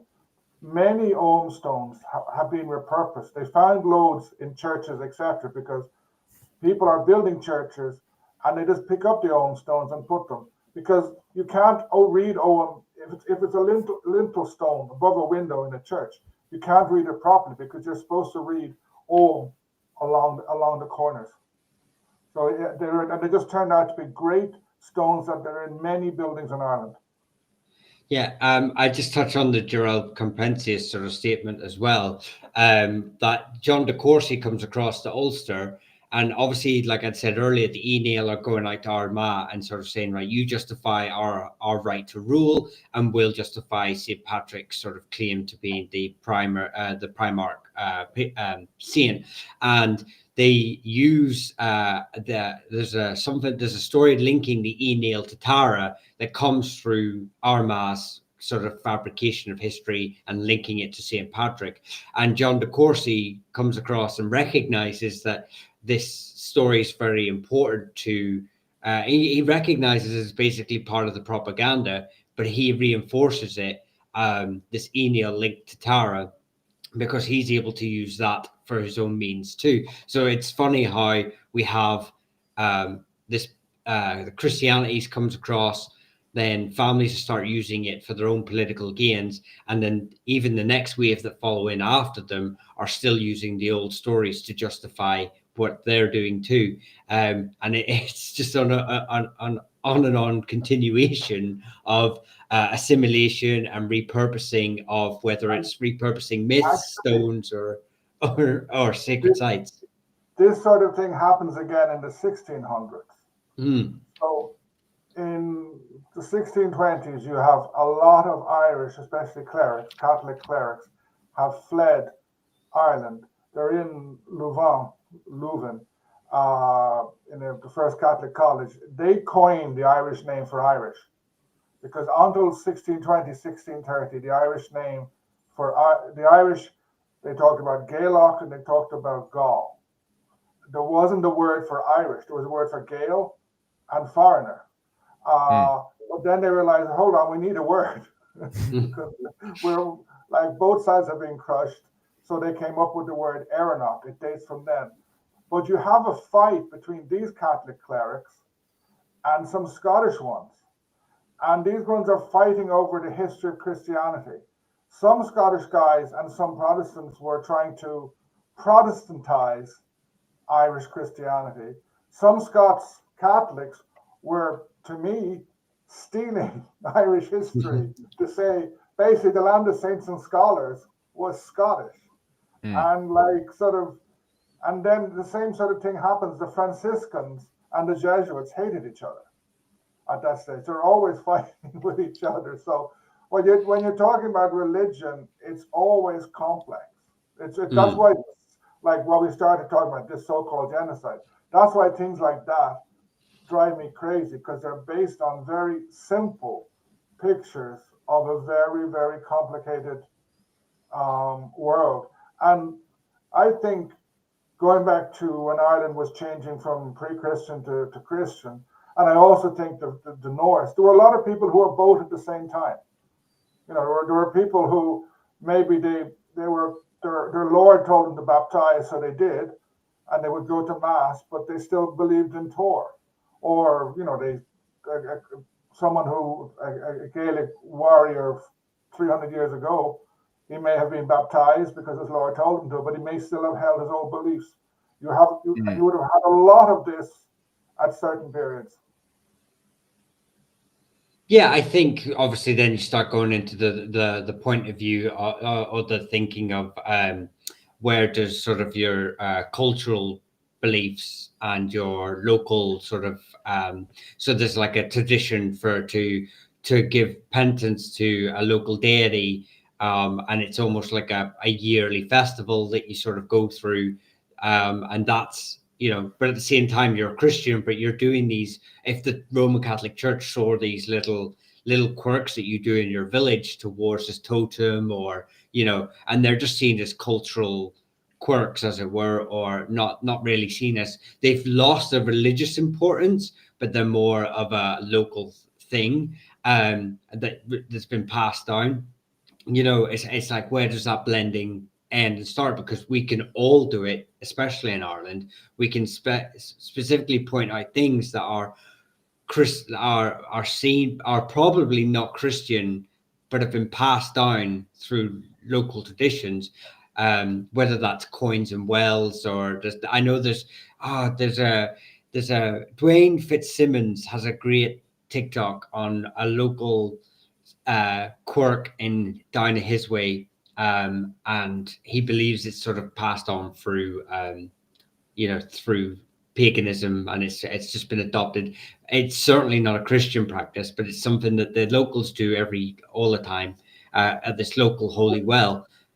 Just in relation to that, this book by Ronald Hutton, okay, turning backwards, Pagan Britain, is extremely good. He's a very interesting historian, because originally he's a historian of the civil wars in Britain in the 1640s, but he comes from a Wicca background, and he's done a lot of history, and he actually shows how many beliefs that many people think are pagan are not, such as the Green Man in England, such as Sheila na Gig, and many other things. In the Renaissance, in the medieval times, Italian writers are always talking about goddesses and stuff. Some they take from Roman literature, others they invent. So there's a lot of behavior that we think must be pagan because it doesn't fit in with the orthodox behavior, but it's more folk behavior than pagan. And like Hutton says, for example, the Cailleach, you know, the hag, the goddess, he says that in Scotland there's evidence for her being pre-Christian, but not in Ireland. I know a lot of people would disagree with him, and it's not my area, and it's not a fight I want to get into, but it just, you can interpret comment section on fire. And people were asking about human sacrifice. Hutton writes very well about several of the bodies, either in Ireland and in the British Museum. And he takes apart bit by bit some interpretations that says this poor unfortunate was a human sacrifice. I was a pre-Roman. It shows, hold on, no, this was Roman, post-Roman, and it wasn't necessary. It looks like he was killed in a battle. So even with a dead body, Because if you go to the museum in Dublin, National Museum, they have an exhibit there. I think it's called Kingship and Sacrifice, where they have several bodies, and it pushes this interpretation that these were sacrificed and it's got to do with kingship. I'm agnostic here, but I look at that exhibit in a very different way after reading Hutton. Yeah, that's very, very interesting. All right, and it kind of fits in with the next question on sources and stuff. If you're looking for Owen's sources, I actually just put it onto the next slide here. Actually, I'll make it slightly bigger so we can see Owen's references and sources that he handed over to me just before we went live and stuff. What was it called? And if you're looking for my sources, well, actually, I'll get a picture of it there. The book that I was referencing earlier is The Early Fin Cycle by Kevin Murray, down in UCC and stuff. So you can get it on the Four Courts website if you're interested in that one. But I just noticed in that book, it's exactly like how we see paganism when the Vikings come in, that it's not a case of just clean cut, that when you're dealing with the Finn cycle, it is a blur between kind of pagan beliefs with the Christian beliefs as well. And that's why I kind of use it a lot as kind of standing point to say, hey, look, no, actually, it's not 100% clean cut. Everyone's now Christian, including the warriors and stuff. It is a case of them, having these kind of heathen actions, very, very similar to the Gaul Gael, and that in reality, maybe it was a case of, when the Viking Age did come in, that it was a blur between the Gaul Gael and the currents at the time in the mythology referred to as the Fenians, that it's not clean cut whatsoever. Is there any other references or anything, Michal and Owen, that you guys want to reference as we continue on? And I'll highlight Owen's list there for you guys. Actually, there's a very good one on Tara. It's a free book. If you look at, I did 2 videos recently on Tara. If you look up the notes to those, I give a lot of references. There was a book about kingship and Tara that it's a collection of works. One of the guys goes into major depth in linguistics, and he has a great knowledge of India, like early India, and comparing Indo-Europeans' beliefs, etc. Because Tara is a very, very interesting place, because it goes back to the Neolithic era. Then it was used in Bronze Age. Then it was used in the Iron Age, and it was always interlinked with the idea of kingship, and it looked very much, and even the name Chower in Irish, it comes from a word to do with sacred enclosure in Indo-European. It is something that dates way back before Christianity, and it stayed as something important to do with kingship. There's some very interesting stuff written there, and there's a lot of good sources in that. Yeah. And also on top of that, well, just to have that continued interaction between the comment section and ourselves. This is another comment that really highlights to me, when talking about the fairy forts and stuff, that there is a blur between our old quote-unquote Celtic pagan beliefs and our modern Christian interpretation, that it's not a case of just clean cut, hey, look, suddenly all the Irish are suddenly all perfect Christians. In fact, even up to the 20th century, a lot of these kind of Celtic pagan beliefs of the likes of the Danann and stuff kind of blurred into our folklore, that it's not a case of, hey, look, we're suddenly all kind of Christians. We still, even today, have our folklore beliefs. I still have my folklore beliefs. I'm still way into the likes of the fairy folk and stuff, and I still, out of my own respect of my own culture, wouldn't go in and destroy a fairy fort and stuff. Just there, the idea, the folklore, much of the folklore about fairy forts is relatively modern, because until the downfall of Gaelic Ireland, I don't like using the word fairy because it means a tiny person originally. Yeah. The Tuatha De Danann, etc. To me, that's where Tolkien got his idea of elves. Yeah. That's a completely different argument, but that's the sort of, they were big people. The Victorians had this fascination with like tiny elves and fairies, etc. They, no, I don't like the word impose, but they, in the Victorian times, Irish people start talking about fairy folk. You know, the ring forts go to this fairy thing. Beforehand, they wouldn't have said fairy. They knew what they were. The English didn't, because in 1600, Mountjoy builds a fort on a ring fort in somewhere in Armagh, and one of his officers says, "Oh, this was built by the Danes." It wasn't. It was a ring fort. So the fairy fort thing is 200 years old, maybe a little bit more. It's a new type of folklore that it's bastardized Gaelic beliefs and throw in Victorian ideas, etc., etc.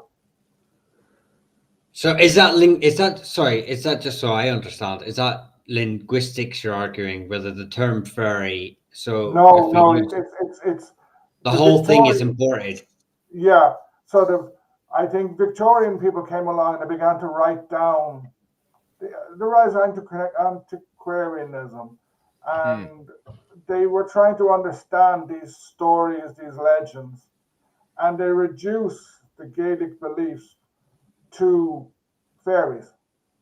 And then instead of talking about a ring fort, probably the Irish people, they had some other world beings were involved, but these other words become fairy fort.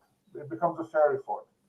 It's because it filters through middle class, educated middle class, and then it filters back, and then soon, within 100 years or so, everyone's talking about fairy forts.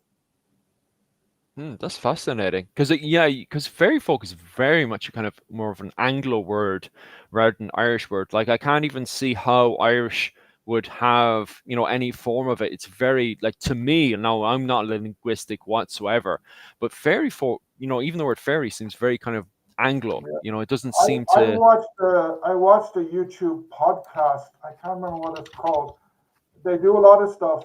It goes on for about 2 or 3 hours about the history of fairies in Ireland, Scotland, England, and Wales. It's really interesting. You see Michael doing the researching now on the point.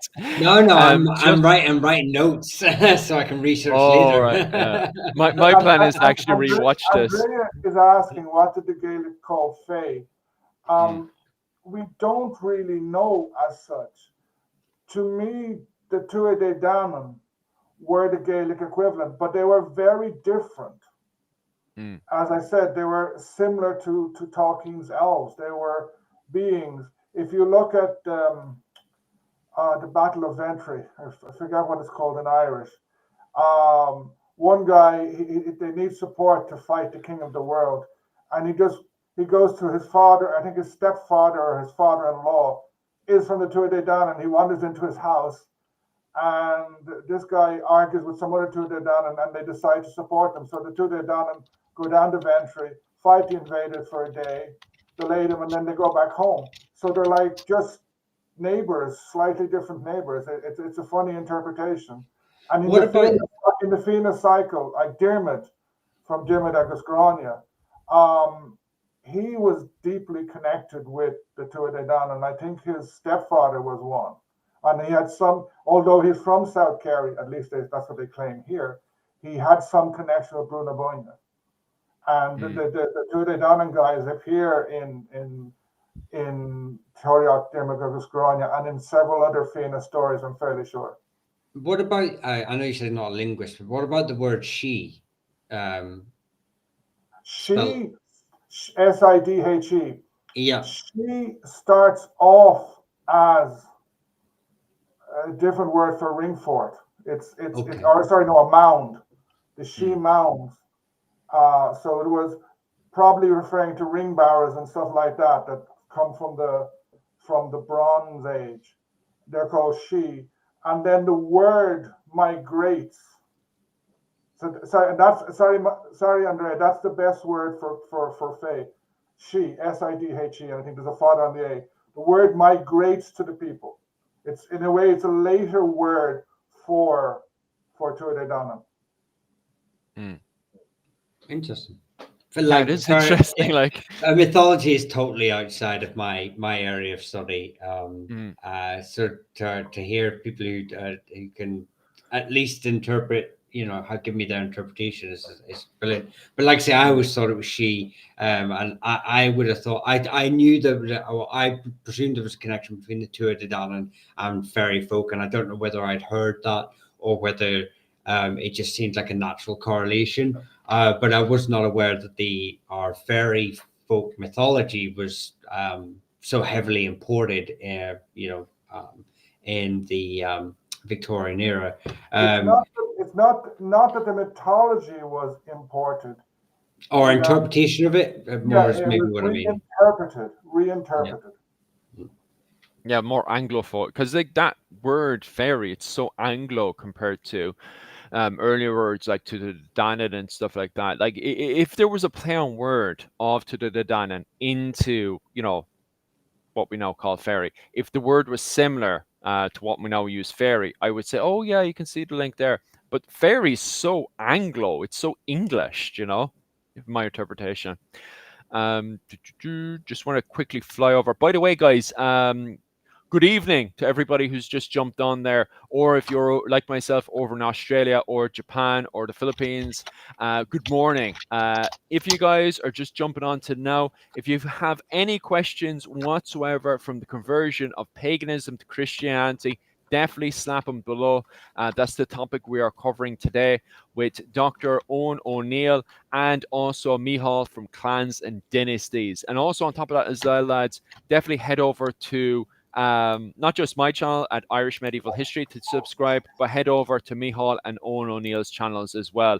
The description of their channels are just below their names. And also make sure they keep the questions and comments going in there. I've gone through my main presentation now, guys. So it's up to you guys to start filling in with your questions and stuff now that you have us here for this argument that you wanted to argue with us for so long. And tell me this one as well, lads. If you still believe in this great genocide of the pagans, please put your references down below. We'd love to see it. Sorry, can I just give? I found that YouTube that I mentioned. It's 3.5 hours long. Wow. The channel is called a Histocrat, Histocrat, CRAT, and it's called The Fairies, a history, mythological, MYTHILLOGICAL podcast. So there you can dive very deeply into the idea, the mythology and etymology and history of fairy belief in Ireland and Britain. Do you guys have the link there? And I can actually put it into the comments. If you send me the link I'll type it into the chat. Yeah, type it into the chat there, and I'll actually highlight it for everyone to see. Can I type it into the public chat? Yeah, type it into the public chat away. As long as it's on this public chat on the, what was it called? The restream, it should be able to go to everyone, and then I can highlight it. Do you know how to do that, Owen? If you look, are you on computer? Yeah. Okay, on the right side, let me X out of it, and that way I can click it again. So on the right side, you should see chat at the very there should be buttons like design, capitals, codes, music, notes, and then just under it, you see chat. No. I'll put it in the private chat and you can paste it in. Yeah, I'll see what I can do there.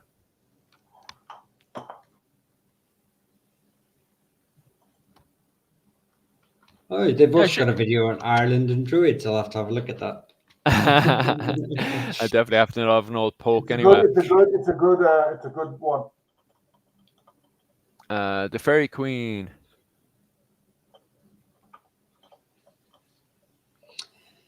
That's a horrific one. You see, that would be out of my field of expertise, but it is interesting because I hardly ever look at the.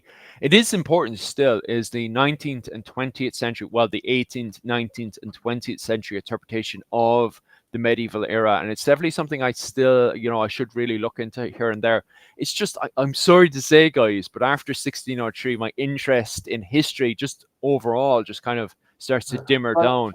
the Fairy Queen is written in the 1590s. The Fairy Queen is Queen Elizabeth, and it's not in that book that Spencer describes that. He describes he's talking there about the putting down of the Desmond Rebellion, and that's it's in an unpublished book called The Present State of Ireland, where he basically calls for the genocide of Ireland, real genocide. Oh yeah. If I start talking about my feelings about Spencer, we'll be demonetized. It's okay. He had some specific feelings about our kind too. So Yeah. And the Fairy Queen is a very interesting book, beautiful poetry, hard to read, and bloody awful if you study what it means. Ugh. And so just to reply, Andrea is asking about thoughts on authors like Morgan Daimler. I know her stuff, she's very good. The other ones I don't really know, but Morgan Daimler's stuff is good. I wouldn't agree with everything she writes, but she writes it well. She knows her sources, she knows the material. That's going way off our topic. Kaylee Fallett, can you bring up Kaylee Fallett's comment? Let me look for it there. I think you can play. Can you click show as well? No. No. I'm actually quickly. What did she say on that one? I actually can't find her, to be honest with you. She says, "I've heard you talk that way. We look at gods in Ireland is from a very Roman perspective. Can you elaborate on that in the stream a little bit?" Oh, you found it. Yep. There you go. Got it up? Yeah, I got it there. Can you see it now? Yeah, I can see it. It is. Yeah, I can definitely elaborate on that one. Mihal, you'd love to elaborate on that one even more, though, because you love Roman history, don't you? Or do you want me to elaborate on that one? No. I mean, Roman history is my love, but my early love. It was my first girlfriend of history. Before I married Irish history. Yeah, that girlfriend he still thinks about. Yeah, that's it. That's it. Every time I see a Roman legionnaire on history, I should call her.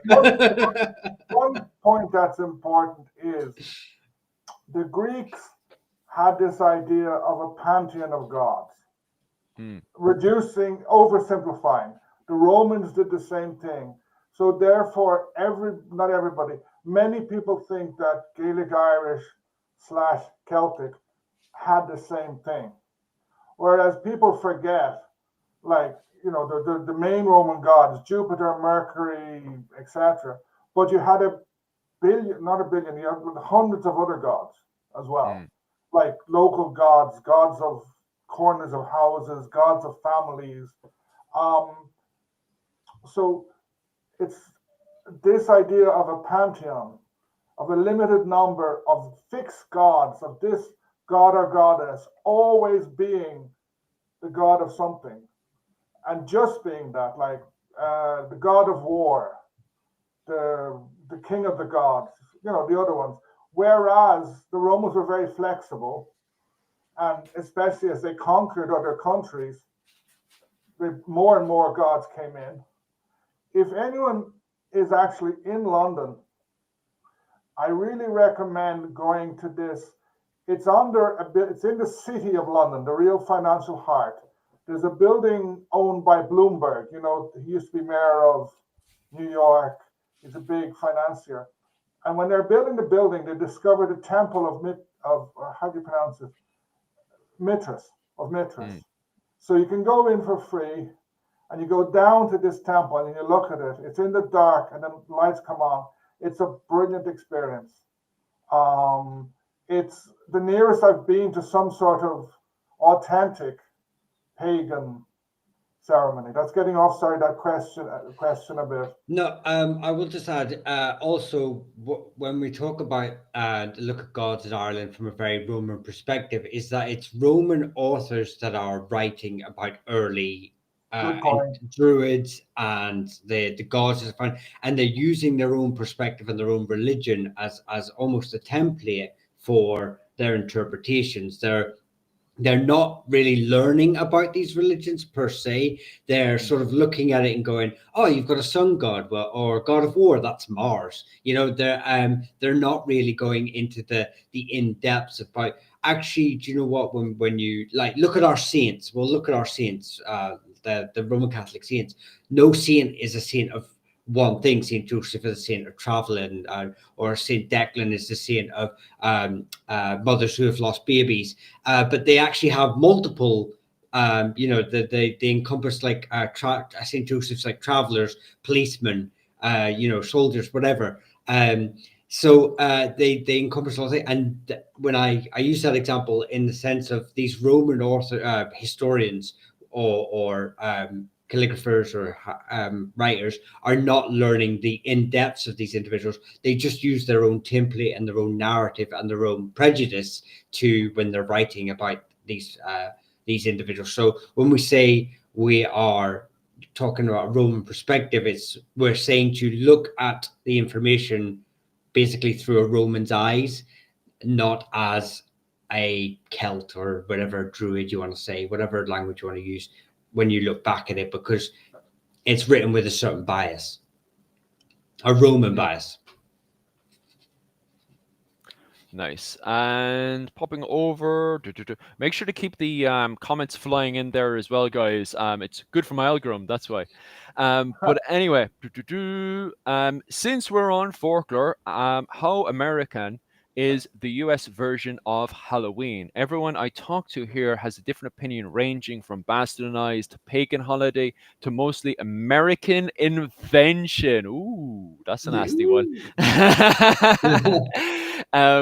Yeah, I think this is a very good comment, especially going into Halloween, and especially into the topic that we're covering right now, because I do believe that the person leaving the comment has an agenda that they're trying to highlight deep down that's fitting to the subject as a whole, which I do actually agree with. And I think it's another piece of evidence to support my original argument that it's not a case of cut and dry, hey, look, in 550, everybody is a Christian, that we do have for a very long time the ideas of Samhain that constantly blur between paganism first and foremost, and then Christians trying to work it into Christianization, especially when there's so many little ceremonies and stuff that to the people in Ireland at the time sort of work. And when they stop doing them, various plagues kick off and various stuff like that. For example, putting cows later on as we go into the events that happen around the period of St. Bridget's and stuff. There's an entire ceremony where you have two fires and you put the cows through them. And at the time, people are very much like a case of, hey, look, why is this ceremony working? And when they stop doing the ceremony, a plague starts to kick off. Now, scientifically, it is proven that if you put a cow next to fire and stuff, it's got a thing of singeing the skin of the cow, which actually kills off a lot of bacteria, which could explain why, when they stopped doing this tradition, plague started to kick off, or illness started to kick off in a lot of these regions and stuff, and why Christians were like, okay, how can we work this ceremony into our practices and stuff? And that could be why we have this transition period from Halloween, holidays like, for instance, Halloween, into its original kind of Samhain kind of interpretation, then converting into Halloween that we have today. Well, I agree, but disagree a bit in that, again, a lot of practices that a Puritan, a strict Catholic could say are pagan. They're not pagan, they're folklore. For example, where are half of my daughter's schoolmates weren't there today? They went up to the ploughing festival, the ploughing championships. the ploughing championships is something you could almost call religious in Ireland at the moment. Everybody from a rural background heads there, and because there's whenever there's an election, it's full of politicians too. But like trying to explain that in 1,000 years is going to be difficult. So you have a lot of folkloric things that, looking back, many people love to call them pagan when they're not. And the Halloween occurs. The 1st and the 2nd of November are Catholic festivals, All Souls and All Saints. It's also, because people say it's a harvest festival, the harvest is well over in Ireland. The 31st of October is a bloody dark time. It's a cold time. It's a miserable time. I think it's a festival that was put on for basically to cheer people up, because you're heading into the depths of winter. It was probably pre-pagan. Something was celebrated at that stage. But again, over time, it's changed a bit. Like nowadays, in a month's time, all over Facebook, you're going to see people talking about, oh, the Celts and the thinning of the veil between the two worlds. The idea of the thinning of the veil, again, is Victorian. It's either Victorian or Edwardian. It's not. You don't find a single reference to that, but you will find a million references on Facebook, a million Facebook historians in a couple of months. I mean, I always associated it with, obviously, transition into winter, and associated with the with fires and the dead. Not so much, and I thought that was where the blurring of the thinning of the veil sort of came into it. We don't know, because Catholics have been celebrating the All Souls Day. All Souls is the 1st and All Saints on the 2nd, or vice versa. Shows you I was really paying attention for all 18 years of Catholic school. So that goes back a long time. What it was a winter festival or something. It goes back, I'm sure, before Christian era in Ireland. But was it a religious festival? What did it mean then? The date for the festival continued. The reason, more or less, but the religious things put on probably changed. We don't know what the festival was beforehand, but many of the things that people say are pagan are not. It's just people enjoying themselves on a cold and wet night. And then one day a priest came along and started a sermon beforehand, like every battle, and then suddenly it became a church thing, and talking about it could though mark the end of the cattle raiding season, perhaps when the Fenian came in, depending on what the Fenian, because it could be the last few battles and stuff, because there is battles and skirmishes happening in the literature in September. So what Halloween could actually be is the coming in of the Fenian, which could explain why people were putting it on masks and stuff, because I noticed there is a spiritual. Sorry. At the same time, in the 1590s, the Gaelic Irish loved to raid in winter, because if you're raiding someone on the 21st of July, you're going to get seen, because it's going to be daylight until 11 o'clock, and then the sun starts coming up at 3:30. Whereas in winter, if it's a cloudy day, it's dark all day. It's like the sun rises 8:30, 9, and the sun starts going down, say 3 o'clock. So because if you want to get somewhere without being seen and surprise somebody, and they will have all their and if you want to be very mean, these people will have all the food, the crops, harvested, the food stored, so you can catch a lot more. Well, the reason why there was massive amount of cattle raiding happening between November to Halloween is the fact that it's pasture time. It's when the cattle go outside of the protection of the forts, the ring forts and stuff. So because of that, cattle raiders would be able to give them more opportunity to both defend the cattle that they're paid to defend, or to go out there and steal the cattle from rivals and stuff. So I think that could be why there's a massive jump of cattle raiders and stuff, because I know there's other cycles and stuff where Fenian then go under for the winter and stuff, go camp, was it inside of the ring forts and stuff, and they have permission by various kings and stuff to do that. Well, But, I also, don't think it would stop them from raiding. Yeah, it's a good point. Like, yeah, because like traditionally in Europe, winter is a non-campaigning season because if you go a winter campaign, you're going to die. A large amount, as happened in Kinsale, the English lost at least 6,000 men in Kinsale. O'Neill O'Donnell lost a lot on the way down and the way back. But a cattle raid, how many, like your best soldiers or most of your soldiers are nice and warm around a fire in a ring fort. You send out a small bunch as well. And another thing is about bullying.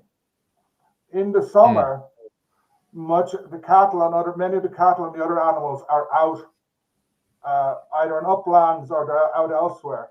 In wintertime, they'd be on closer lands.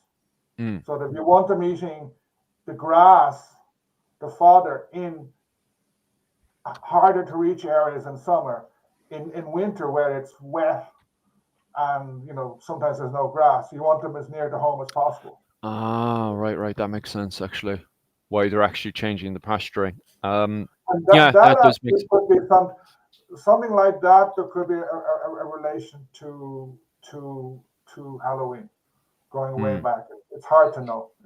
But we also, I mean, we see it's not just Irish and Christian holidays. I'm pretty sure if you go, like you said, folklore, any folklore of any country, I think there's going to be a commonality for a lot of, transition through seasons, certain times of the year that have a general overlap, and especially how many Catholic sort of feast days, saint feast days there are and stuff like that. I'm sure you could easily just pinpoint a saint's feast day and go, oh, look at that, it just coincides with some local folklore or tradition. So whether they are incorporated for that specific reason, there's so many of them. I'm sure some of them were, and again on the same day, on the same thing. I'm sure some of them were just a coincidence. A happy one at that for the Catholic Church. Some very lucky person has said they don't remember rain on Halloween. They're lucky. Well, I actually live in a place at the minute where you don't get snow. So I've never had a white Christmas where I live right now. So I live in Valencia Island. Yeah. We get snow once a year for about 10 minutes, and I think I'm struggling to call it snow. A snowflake, yeah. That's a good question. Where's pilgrimage common in medieval Ireland? I'd like to have a pop at this one. Very. Yeah, go on. Very. Yeah, it was very common, but not only was it very common, it was very lucrative. So a lot of families would own either the monastic site itself or the area that was of great import, or would have tariffs that you paid along the way. So you would go along the way. There's I think it's the O'Hallorans from County Clare were made very wealthy they were a border family, so they were based on the borders of County Clare against Galway.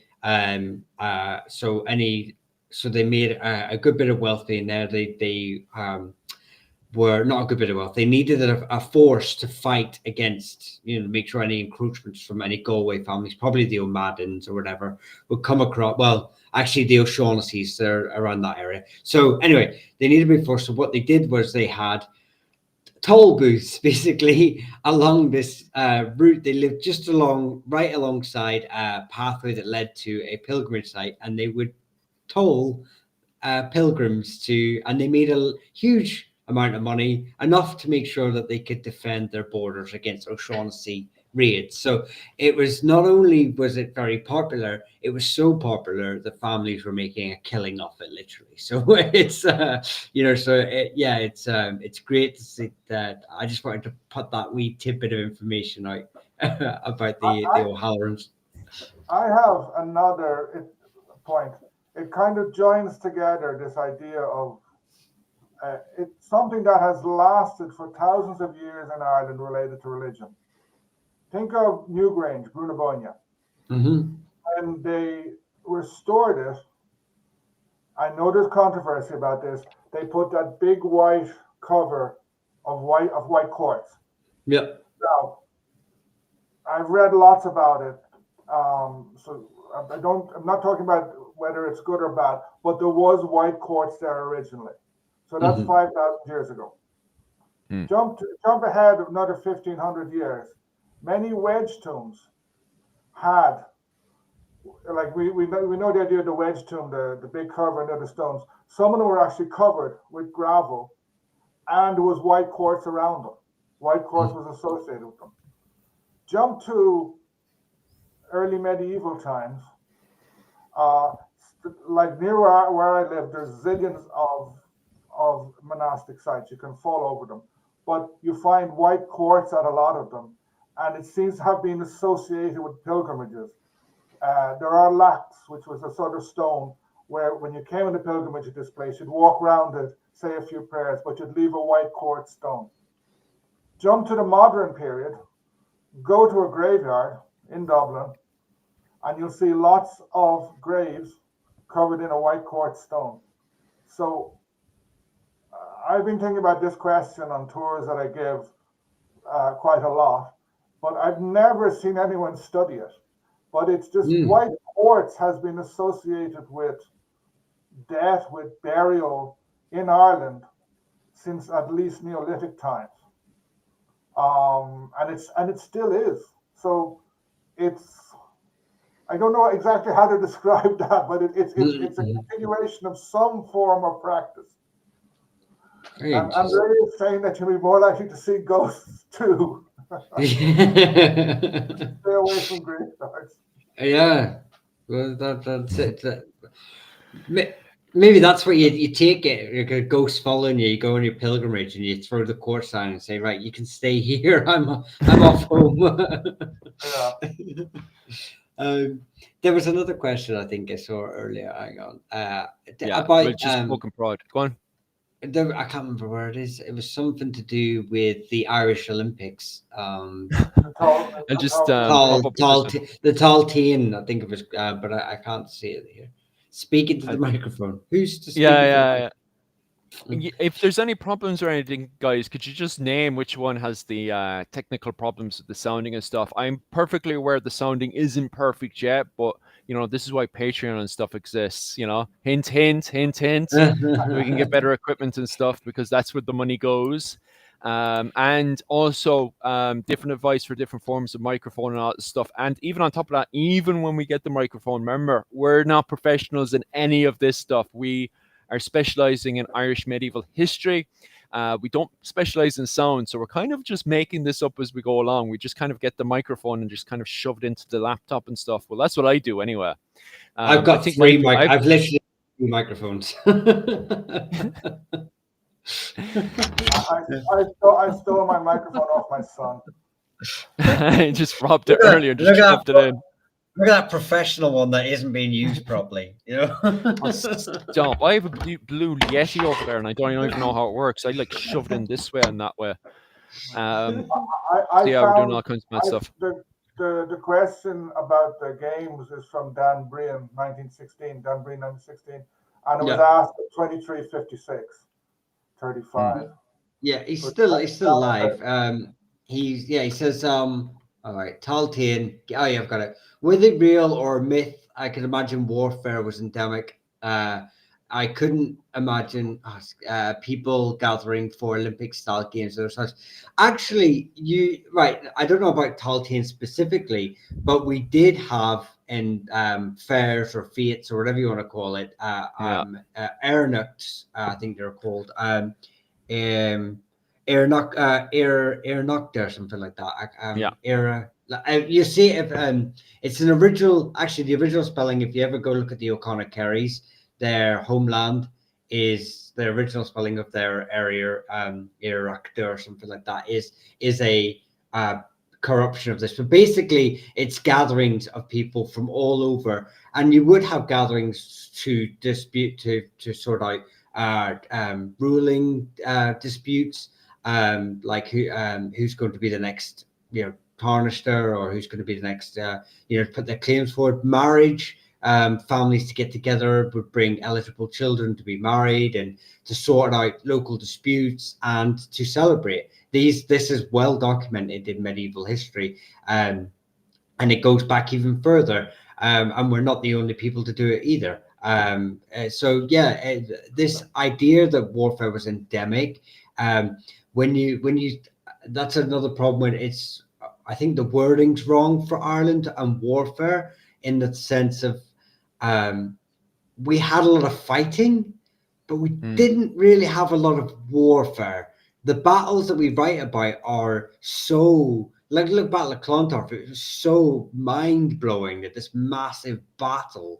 And I think there needs to be a sort of almost distinction between a couple of your young warriors going out and raiding another clan settlement and a pitched battle. And I think that pitched battles were not as endemic as anywhere else. We weren't a violent people. I don't, but then again, I don't consider mostly cattle raiding as violent. It could be violent, but it was mostly I don't know another word, but like cultural, or it was mostly politics. It was mostly a bit of everything. We'll go down, we'll steal a bit of castle, prove our point. We'll go down, steal a bit of cattle because for the crack. There's a lot of reasons for cattle raiding besides violence. So I think that just before we talk about home, I think sport is something natural. Get together 5 or 6 kids, throw in a tin can, and they're going to invent a form of sport with it. So, like, you go back, it's got 2,000 years ago, it's going to be no different. And then you have fairs. People come together in fairs to sell cows, to sell clothing, to buy stuff, and they're going to drink and have fun. But there's going to be sport. Like, the fathers may be sitting down drinking whiskey, but they may have brought all their young sons, and they don't want to be disturbed drinking their whiskey or their beer or their mead. So they will throw take the hurling stick, go down. Yeah, exactly. So there's going to be sports, and the games themselves there's exaggerations about them, but there probably were sort of games which, even at a small level, between one town and the other, between Valencia and Portmagee, nowadays they all have football clubs or hurling clubs. And then probably naturally there were sometimes more larger games, sort of, say, regional ones. And of course they invented, or they upped these to make something national, because they're copying the idea of the Olympic Games. Yeah, I think there's also a thing about, and we see it a lot. It still exists, is what I mean, in parts of Africa where you have warfare, but it's not warfare. It's why am I getting the word here? Where it's mock warfare, but it's ritualistic. Ritualized. Thank you. That was the word. Ritualistic warfare. So that's called rugby. Yeah. But you would have that, in medieval Ireland, I'm near sure of it, where you would have gatherings. These gatherings of families from all over would come to a specific point every year to celebrate, but you would have ritualistic fighting as well. At the end of the day, you don't want to lose your best fighters at a friendly. You don't play your best. You don't play your best men at a friendly match. You save them for the World Cup. So again, you want your best man. You want your man to win. So you do put your best man out, but you're not going to send him out to where he's going to be seriously hurt or injured or killed. It's about pride at the end of the day, and that's basically the height of it. So these. But I'm sure to anyone outside looking in would see these as still quite violent or barbaric. So again, I think anyone who's never heard of hurling and they come to Ireland and they watch a hurling game, or it looks quite violent. But last night, my daughter, as I said at the beginning, she was playing in an under 16s county final. And to someone who just knows how to play soccer and they see a good, healthy game of Gaelic football being played, it looks violent. I only played it. I played it as a child, but a very young Loved it. I toddler. love hurling. Hurling Yeah. is great. Get out there and just smash the boys. I hated soccer because it was too soft for me. I love just getting in there with the shoulder and smashing the boys. You have good crack, like you bounce around the place for a bit and then come in again. That's killer now. Yeah, well, I was always I'm 5'7". Yeah, I was always the goalkeeper, and but then I ended up when I was 10, I ended up going to England for an English private school. Oh, the and they didn't do hurley there. We did unihoc or hockey. I'll just pump over to this question there on the old Uggams before getting back over to, because there's another comment over that then. Where's the, okay, right, I finished this one and I'll rant on about the next one. Were Uggams used as just a writing system, or was there another purpose to the language? I see a lot of conflicting information on this, but I saw a lot of it in Kildare. There's one just over the wall after my back garden. There's actually two Ogham stones near me. Ogham is a form of writing. It's not runes in that the strokes are based on individual letters. It's based on, and if you read the work of people like David Sifter and other experts, it's actually based on the Roman alphabet. It emerged alongside Christianity, and later in the medieval period, people actually they've written some books in Ogham, which must have taken ages. Most of the Ogham stones basically says somebody, son of somebody of such and such a tribe. It's a name. They were kind of used just for marking posts and stuff like that. And I think they tried it at first, and then after 100 years, maybe 200 years, they just went back to writing with the Roman numerals as it was easier. But it's actually exported. I think it probably started in Munster because Cork and Kerry is where the biggest amount is. And if you're actually in Cork, go to UCC. There's this building there. My daughter calls it the Harry Potter building. I think it's called the Aula Maxima. There's a corridor there with about 30 Ogham stones, and they're really well preserved because, like the ones near me, there's cattle in the fields. The cattle rub themselves, so over hundreds of years they wipe out the letters. So an Ogham in the wild is very hard to read. You have to see it in a museum or something. I just want to say, Seamus O'Brien, the reason the accent is foreign, I'm born and bred here, okay? Just because I went across to England to be educated. It's one of them gold Gaels, them foreign Irish people, huh? Okay, back on topic again. Once again, okay, right. If we're making statements that that Patrick came in, colonizing the Irish and stuff, we need evidence to support it, guys. Like, okay, go and find this evidence. I don't care at this point, because so far I've been looking at the comments and I wanted somebody to have legitimate arguments here because it's good for my algorithm. However, all I've gotten from people is aggressive comments, no actual source, any kind of sources, even a website to elaborate on that I could look at and say, okay, so this is what's going on, A, B, and C.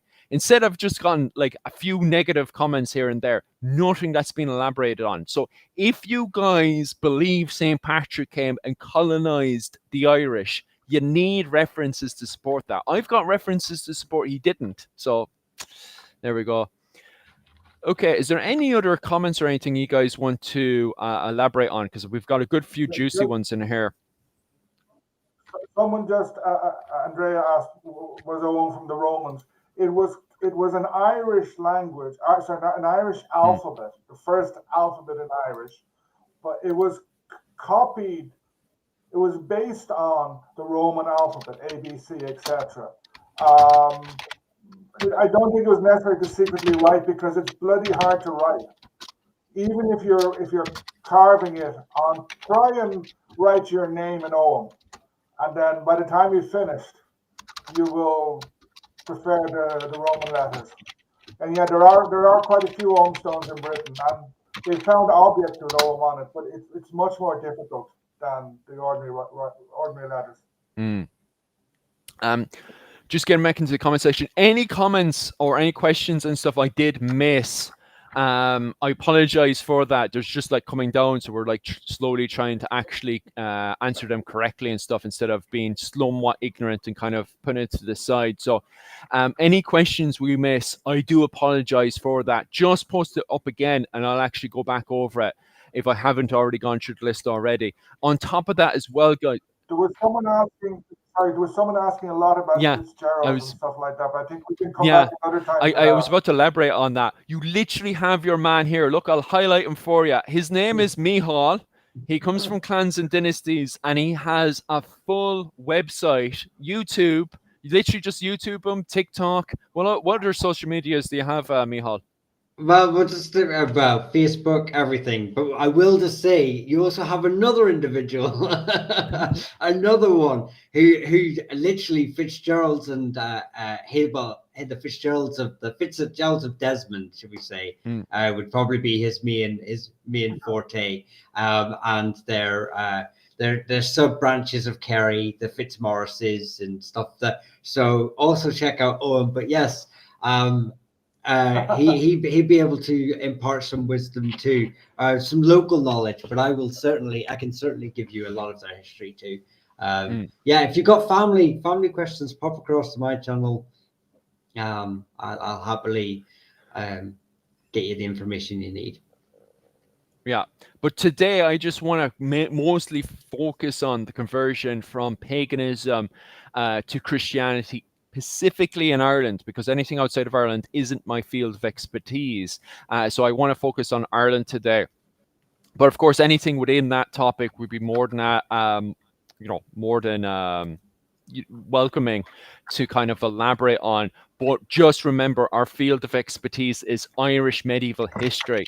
So just be aware of that before we start elaborating on this stuff, because I do feel the problem is that people are confusing the likes of Charlemagne's genocide or the genocide of the Crusades. Somebody highlighted there what happened in Lithuania and Poland during the late medieval period with the Teutonic Knights. And I think that's where a lot of these problems are coming from, is that people are reading what Charlemagne did and what the Teutonic Knights did, and then and this is the key thing that I highlight here, assuming many of you are assuming that what happened in Poland and Lithuania in the late medieval period and what happened in Charlemagne up in the Saxon area in the early medieval period, that perhaps that happened in Ireland. And I can't find any evidence of this. Like, I literally can't find anything to do with that when I was going through all of the sources.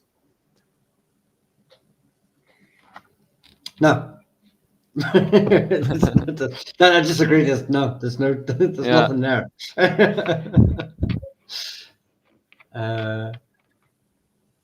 So yeah, just to elaborate on stuff like that. If you have the impression that because of the genocides happening within Charlemagne or over with the Polish-Lithuanian, that happened over in Ireland, it didn't. Like, as I said there in my earlier presentation, it is a case of converting from, it's not a sudden thing. You see that in, 536 with the arrival of St. Patrick, that even before the arrival of St. Patrick, we have the indication of St. Palladius, who's a bishop, by the way, who came from Rome to Ireland. Now, the fact that he is a bishop who came to Ireland indicates that there was already Christians in Ireland, because you wouldn't just send a bishop straight away to Ireland. They'd have to be a community already in Ireland for them to send the bishop.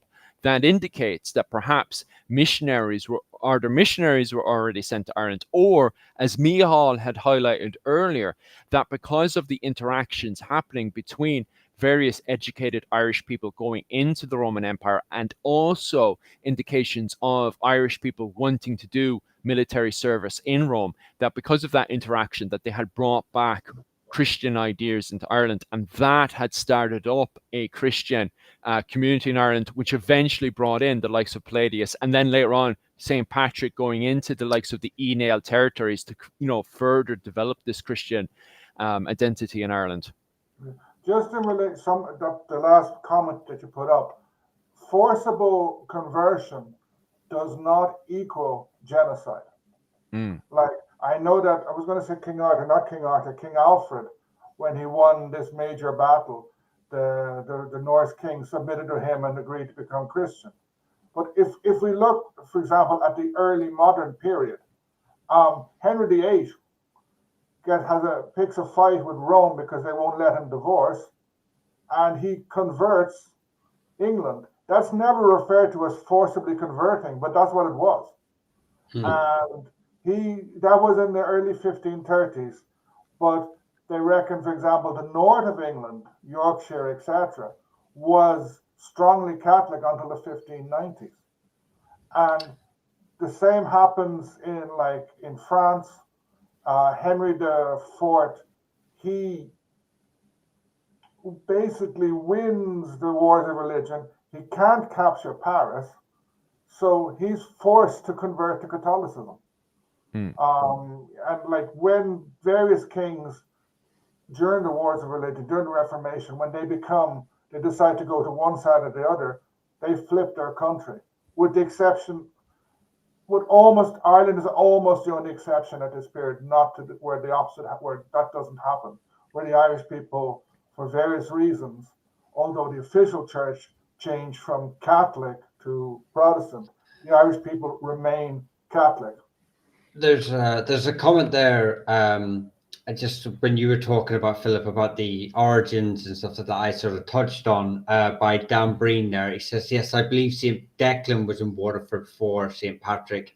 He was from Ardmore. Yes, see, there's a lot of pre-patrician saints mentioned, like St. Kieran the Elder, Declan of Ardmore, Alvi of Emly, Ibar, MacLugna, and St. Aben.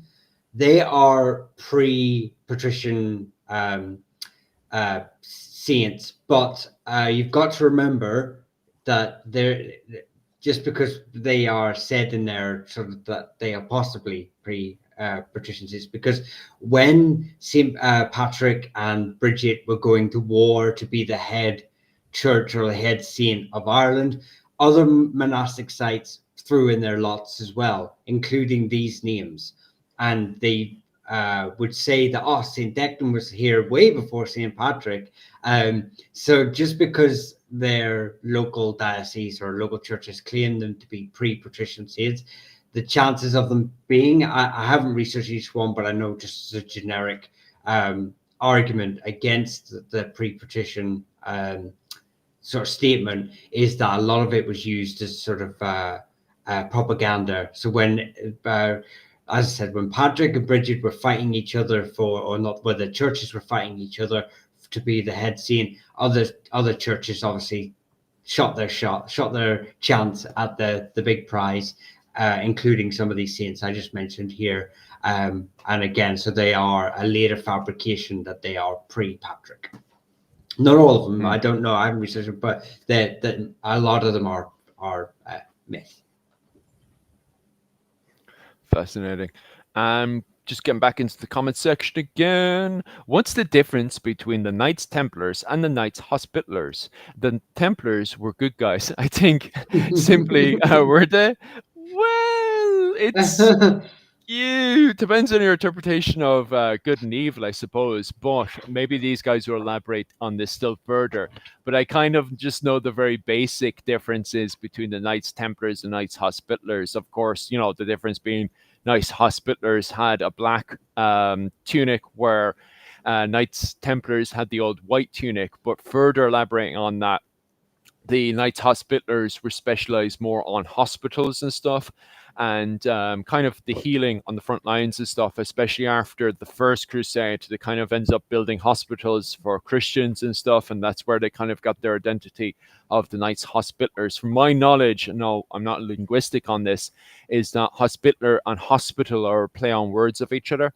Now, to jump over to the Knights Templars, now originally Knights Templars were there to protect pilgrims making their way from Europe into the Holy Lands, because there's plenty of bandits on the roads, especially going from the Constantinople region into Turkey. Because of the amount of nomads you have around that area, pilgrims were kind of open to attack and stuff, and then going into Jerusalem. But then the Knights Templars kind of built upon that, and they ended up starting up the first banking system, because of the fact that they had a system where you would give them all your money, and then they would give you a token, a piece of paper in return. And then when you made it over to the Holy Lands, you could exchange this token to get a bit of your money or whatnot, but you didn't get your full receipt until you went back, you got back home, and you were able to give the Knights Templar back the token, and then he'd be able to give you not just all your stuff back, but also your land. You could put your land into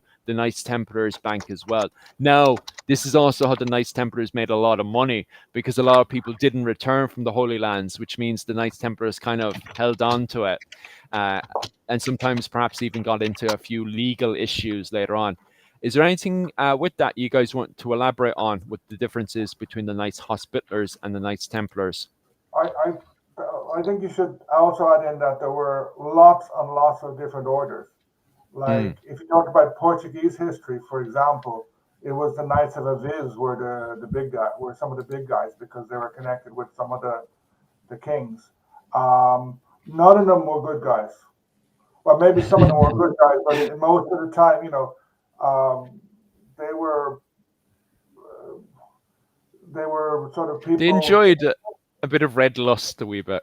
Yeah. Sort of. They were as good guys as knights were chivalrous. Shall we just say that? If you were a poor peasant, whether it was Knights Hospitaller, Templars, Teutonic Knights, or any of the Knights of Malta, though I think that name, they're the Hospitallers, whatever. Yeah, they're a branch off them at least. They'd all be equally annoying. Okay. It's pretty well. Just let me go through this one. It's there about Yola. Yola. What's Yola? I thought he was just joking. What's the story of Yola? Wexford dialect, isn't it? It's more than dialect, because a lot of the settlers who moved into Wexford were originally Flemings. So it's kind of a mixture of English, Old English, with Flemish, and it lasted as a separate. It was in Wexford, I think, in the Bargy barony. Certainly, some of the people who came out in 1798 spoke Yola. It doesn't exist anymore. I think it died out well over 100 years ago.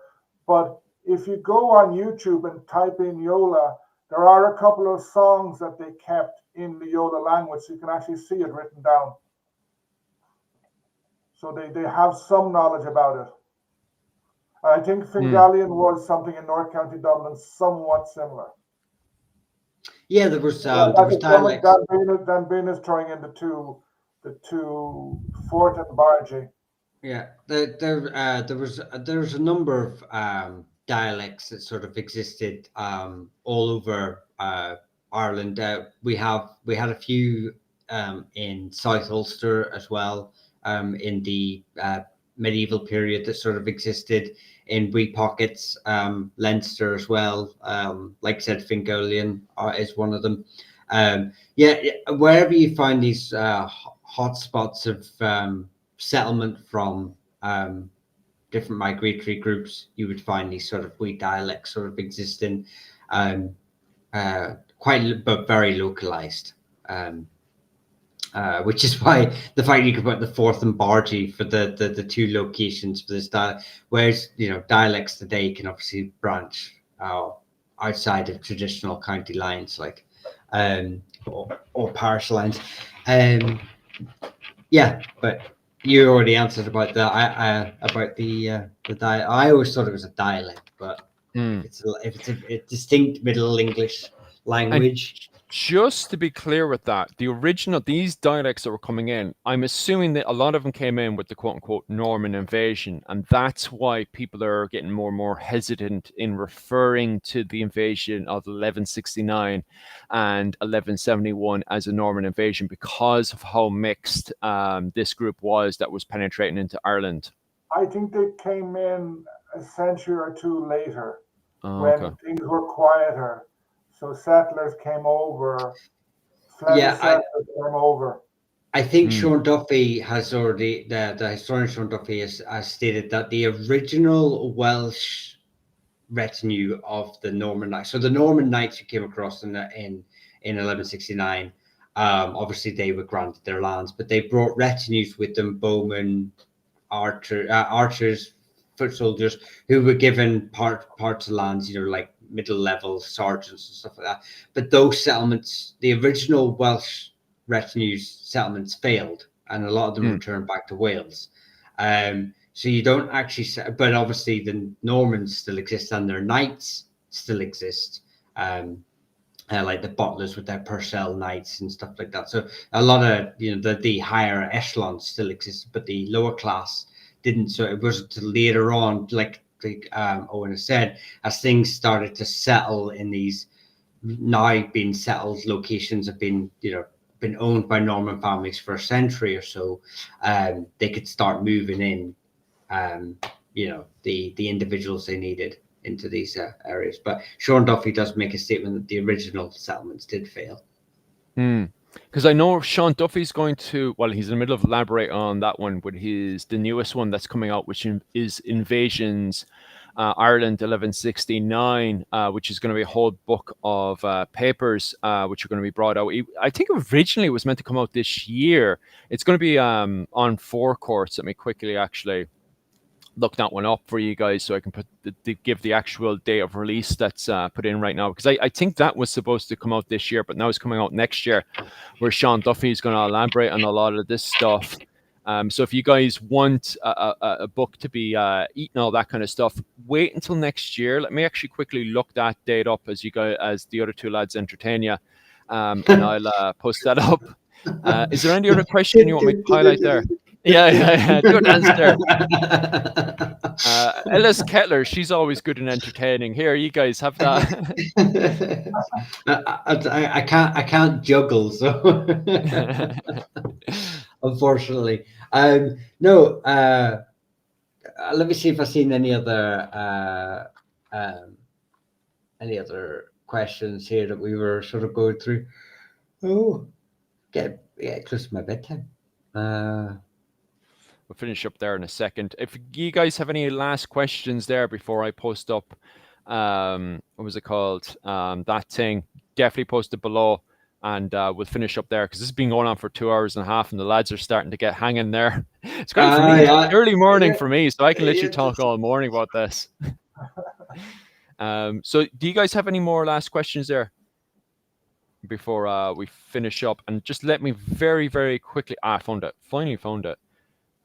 Actually, I'll just see if I can just send the link up for you guys. That book is going to come out on April 2026, Invasions 1169, which the main editor there is Sean Duffy. So if you want a book there to elaborate on all of that stuff and all the politics and stuff that's happening, there you go. Invasions, and that's the name of it as well. And that's going to come out next year. Oh yeah, that was the one. Sorry about that. You guys asked me that one earlier as well, on the wolves in medieval Ireland. Were they a major hazard for the people? Yeah, sorry about that. I actually seen that earlier, and I was actually meant to answer that one, and then I suddenly got bombarded.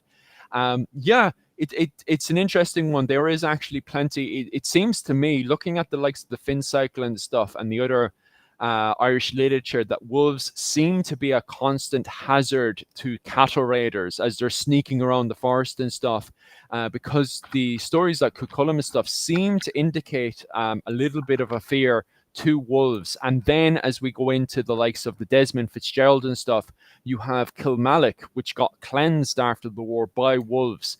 So it seems to be that wolves seem to be a constant threat around the forest area, from my interpretation. Go on. When you're right, like in the Elizabethan period, when they're using wolves, etc., you have to take that with a huge grain of salt, because they throw in wolves to create the idea that the Irish are savages, sort of, and the wolf has this sort of meaning of something bad in Western Europe for a lot of the time. There were many wolves, but I don't know how many there were. There probably weren't that many, because just the land couldn't hold it. Ecologically, they are probably good in keeping deer numbers down, because I know where I lived, like in Kerry, the deer there's an urgent need for wolves. The farmers would shoot me for saying that, but the deer are expanding everywhere. So a wolf is an easy symbol to use.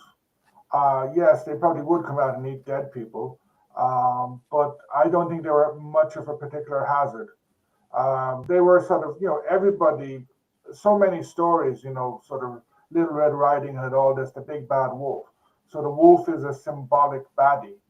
But how many people in Europe were killed by wolves over the last 1,000 years? Probably not that many. And I don't think Ireland was particularly different.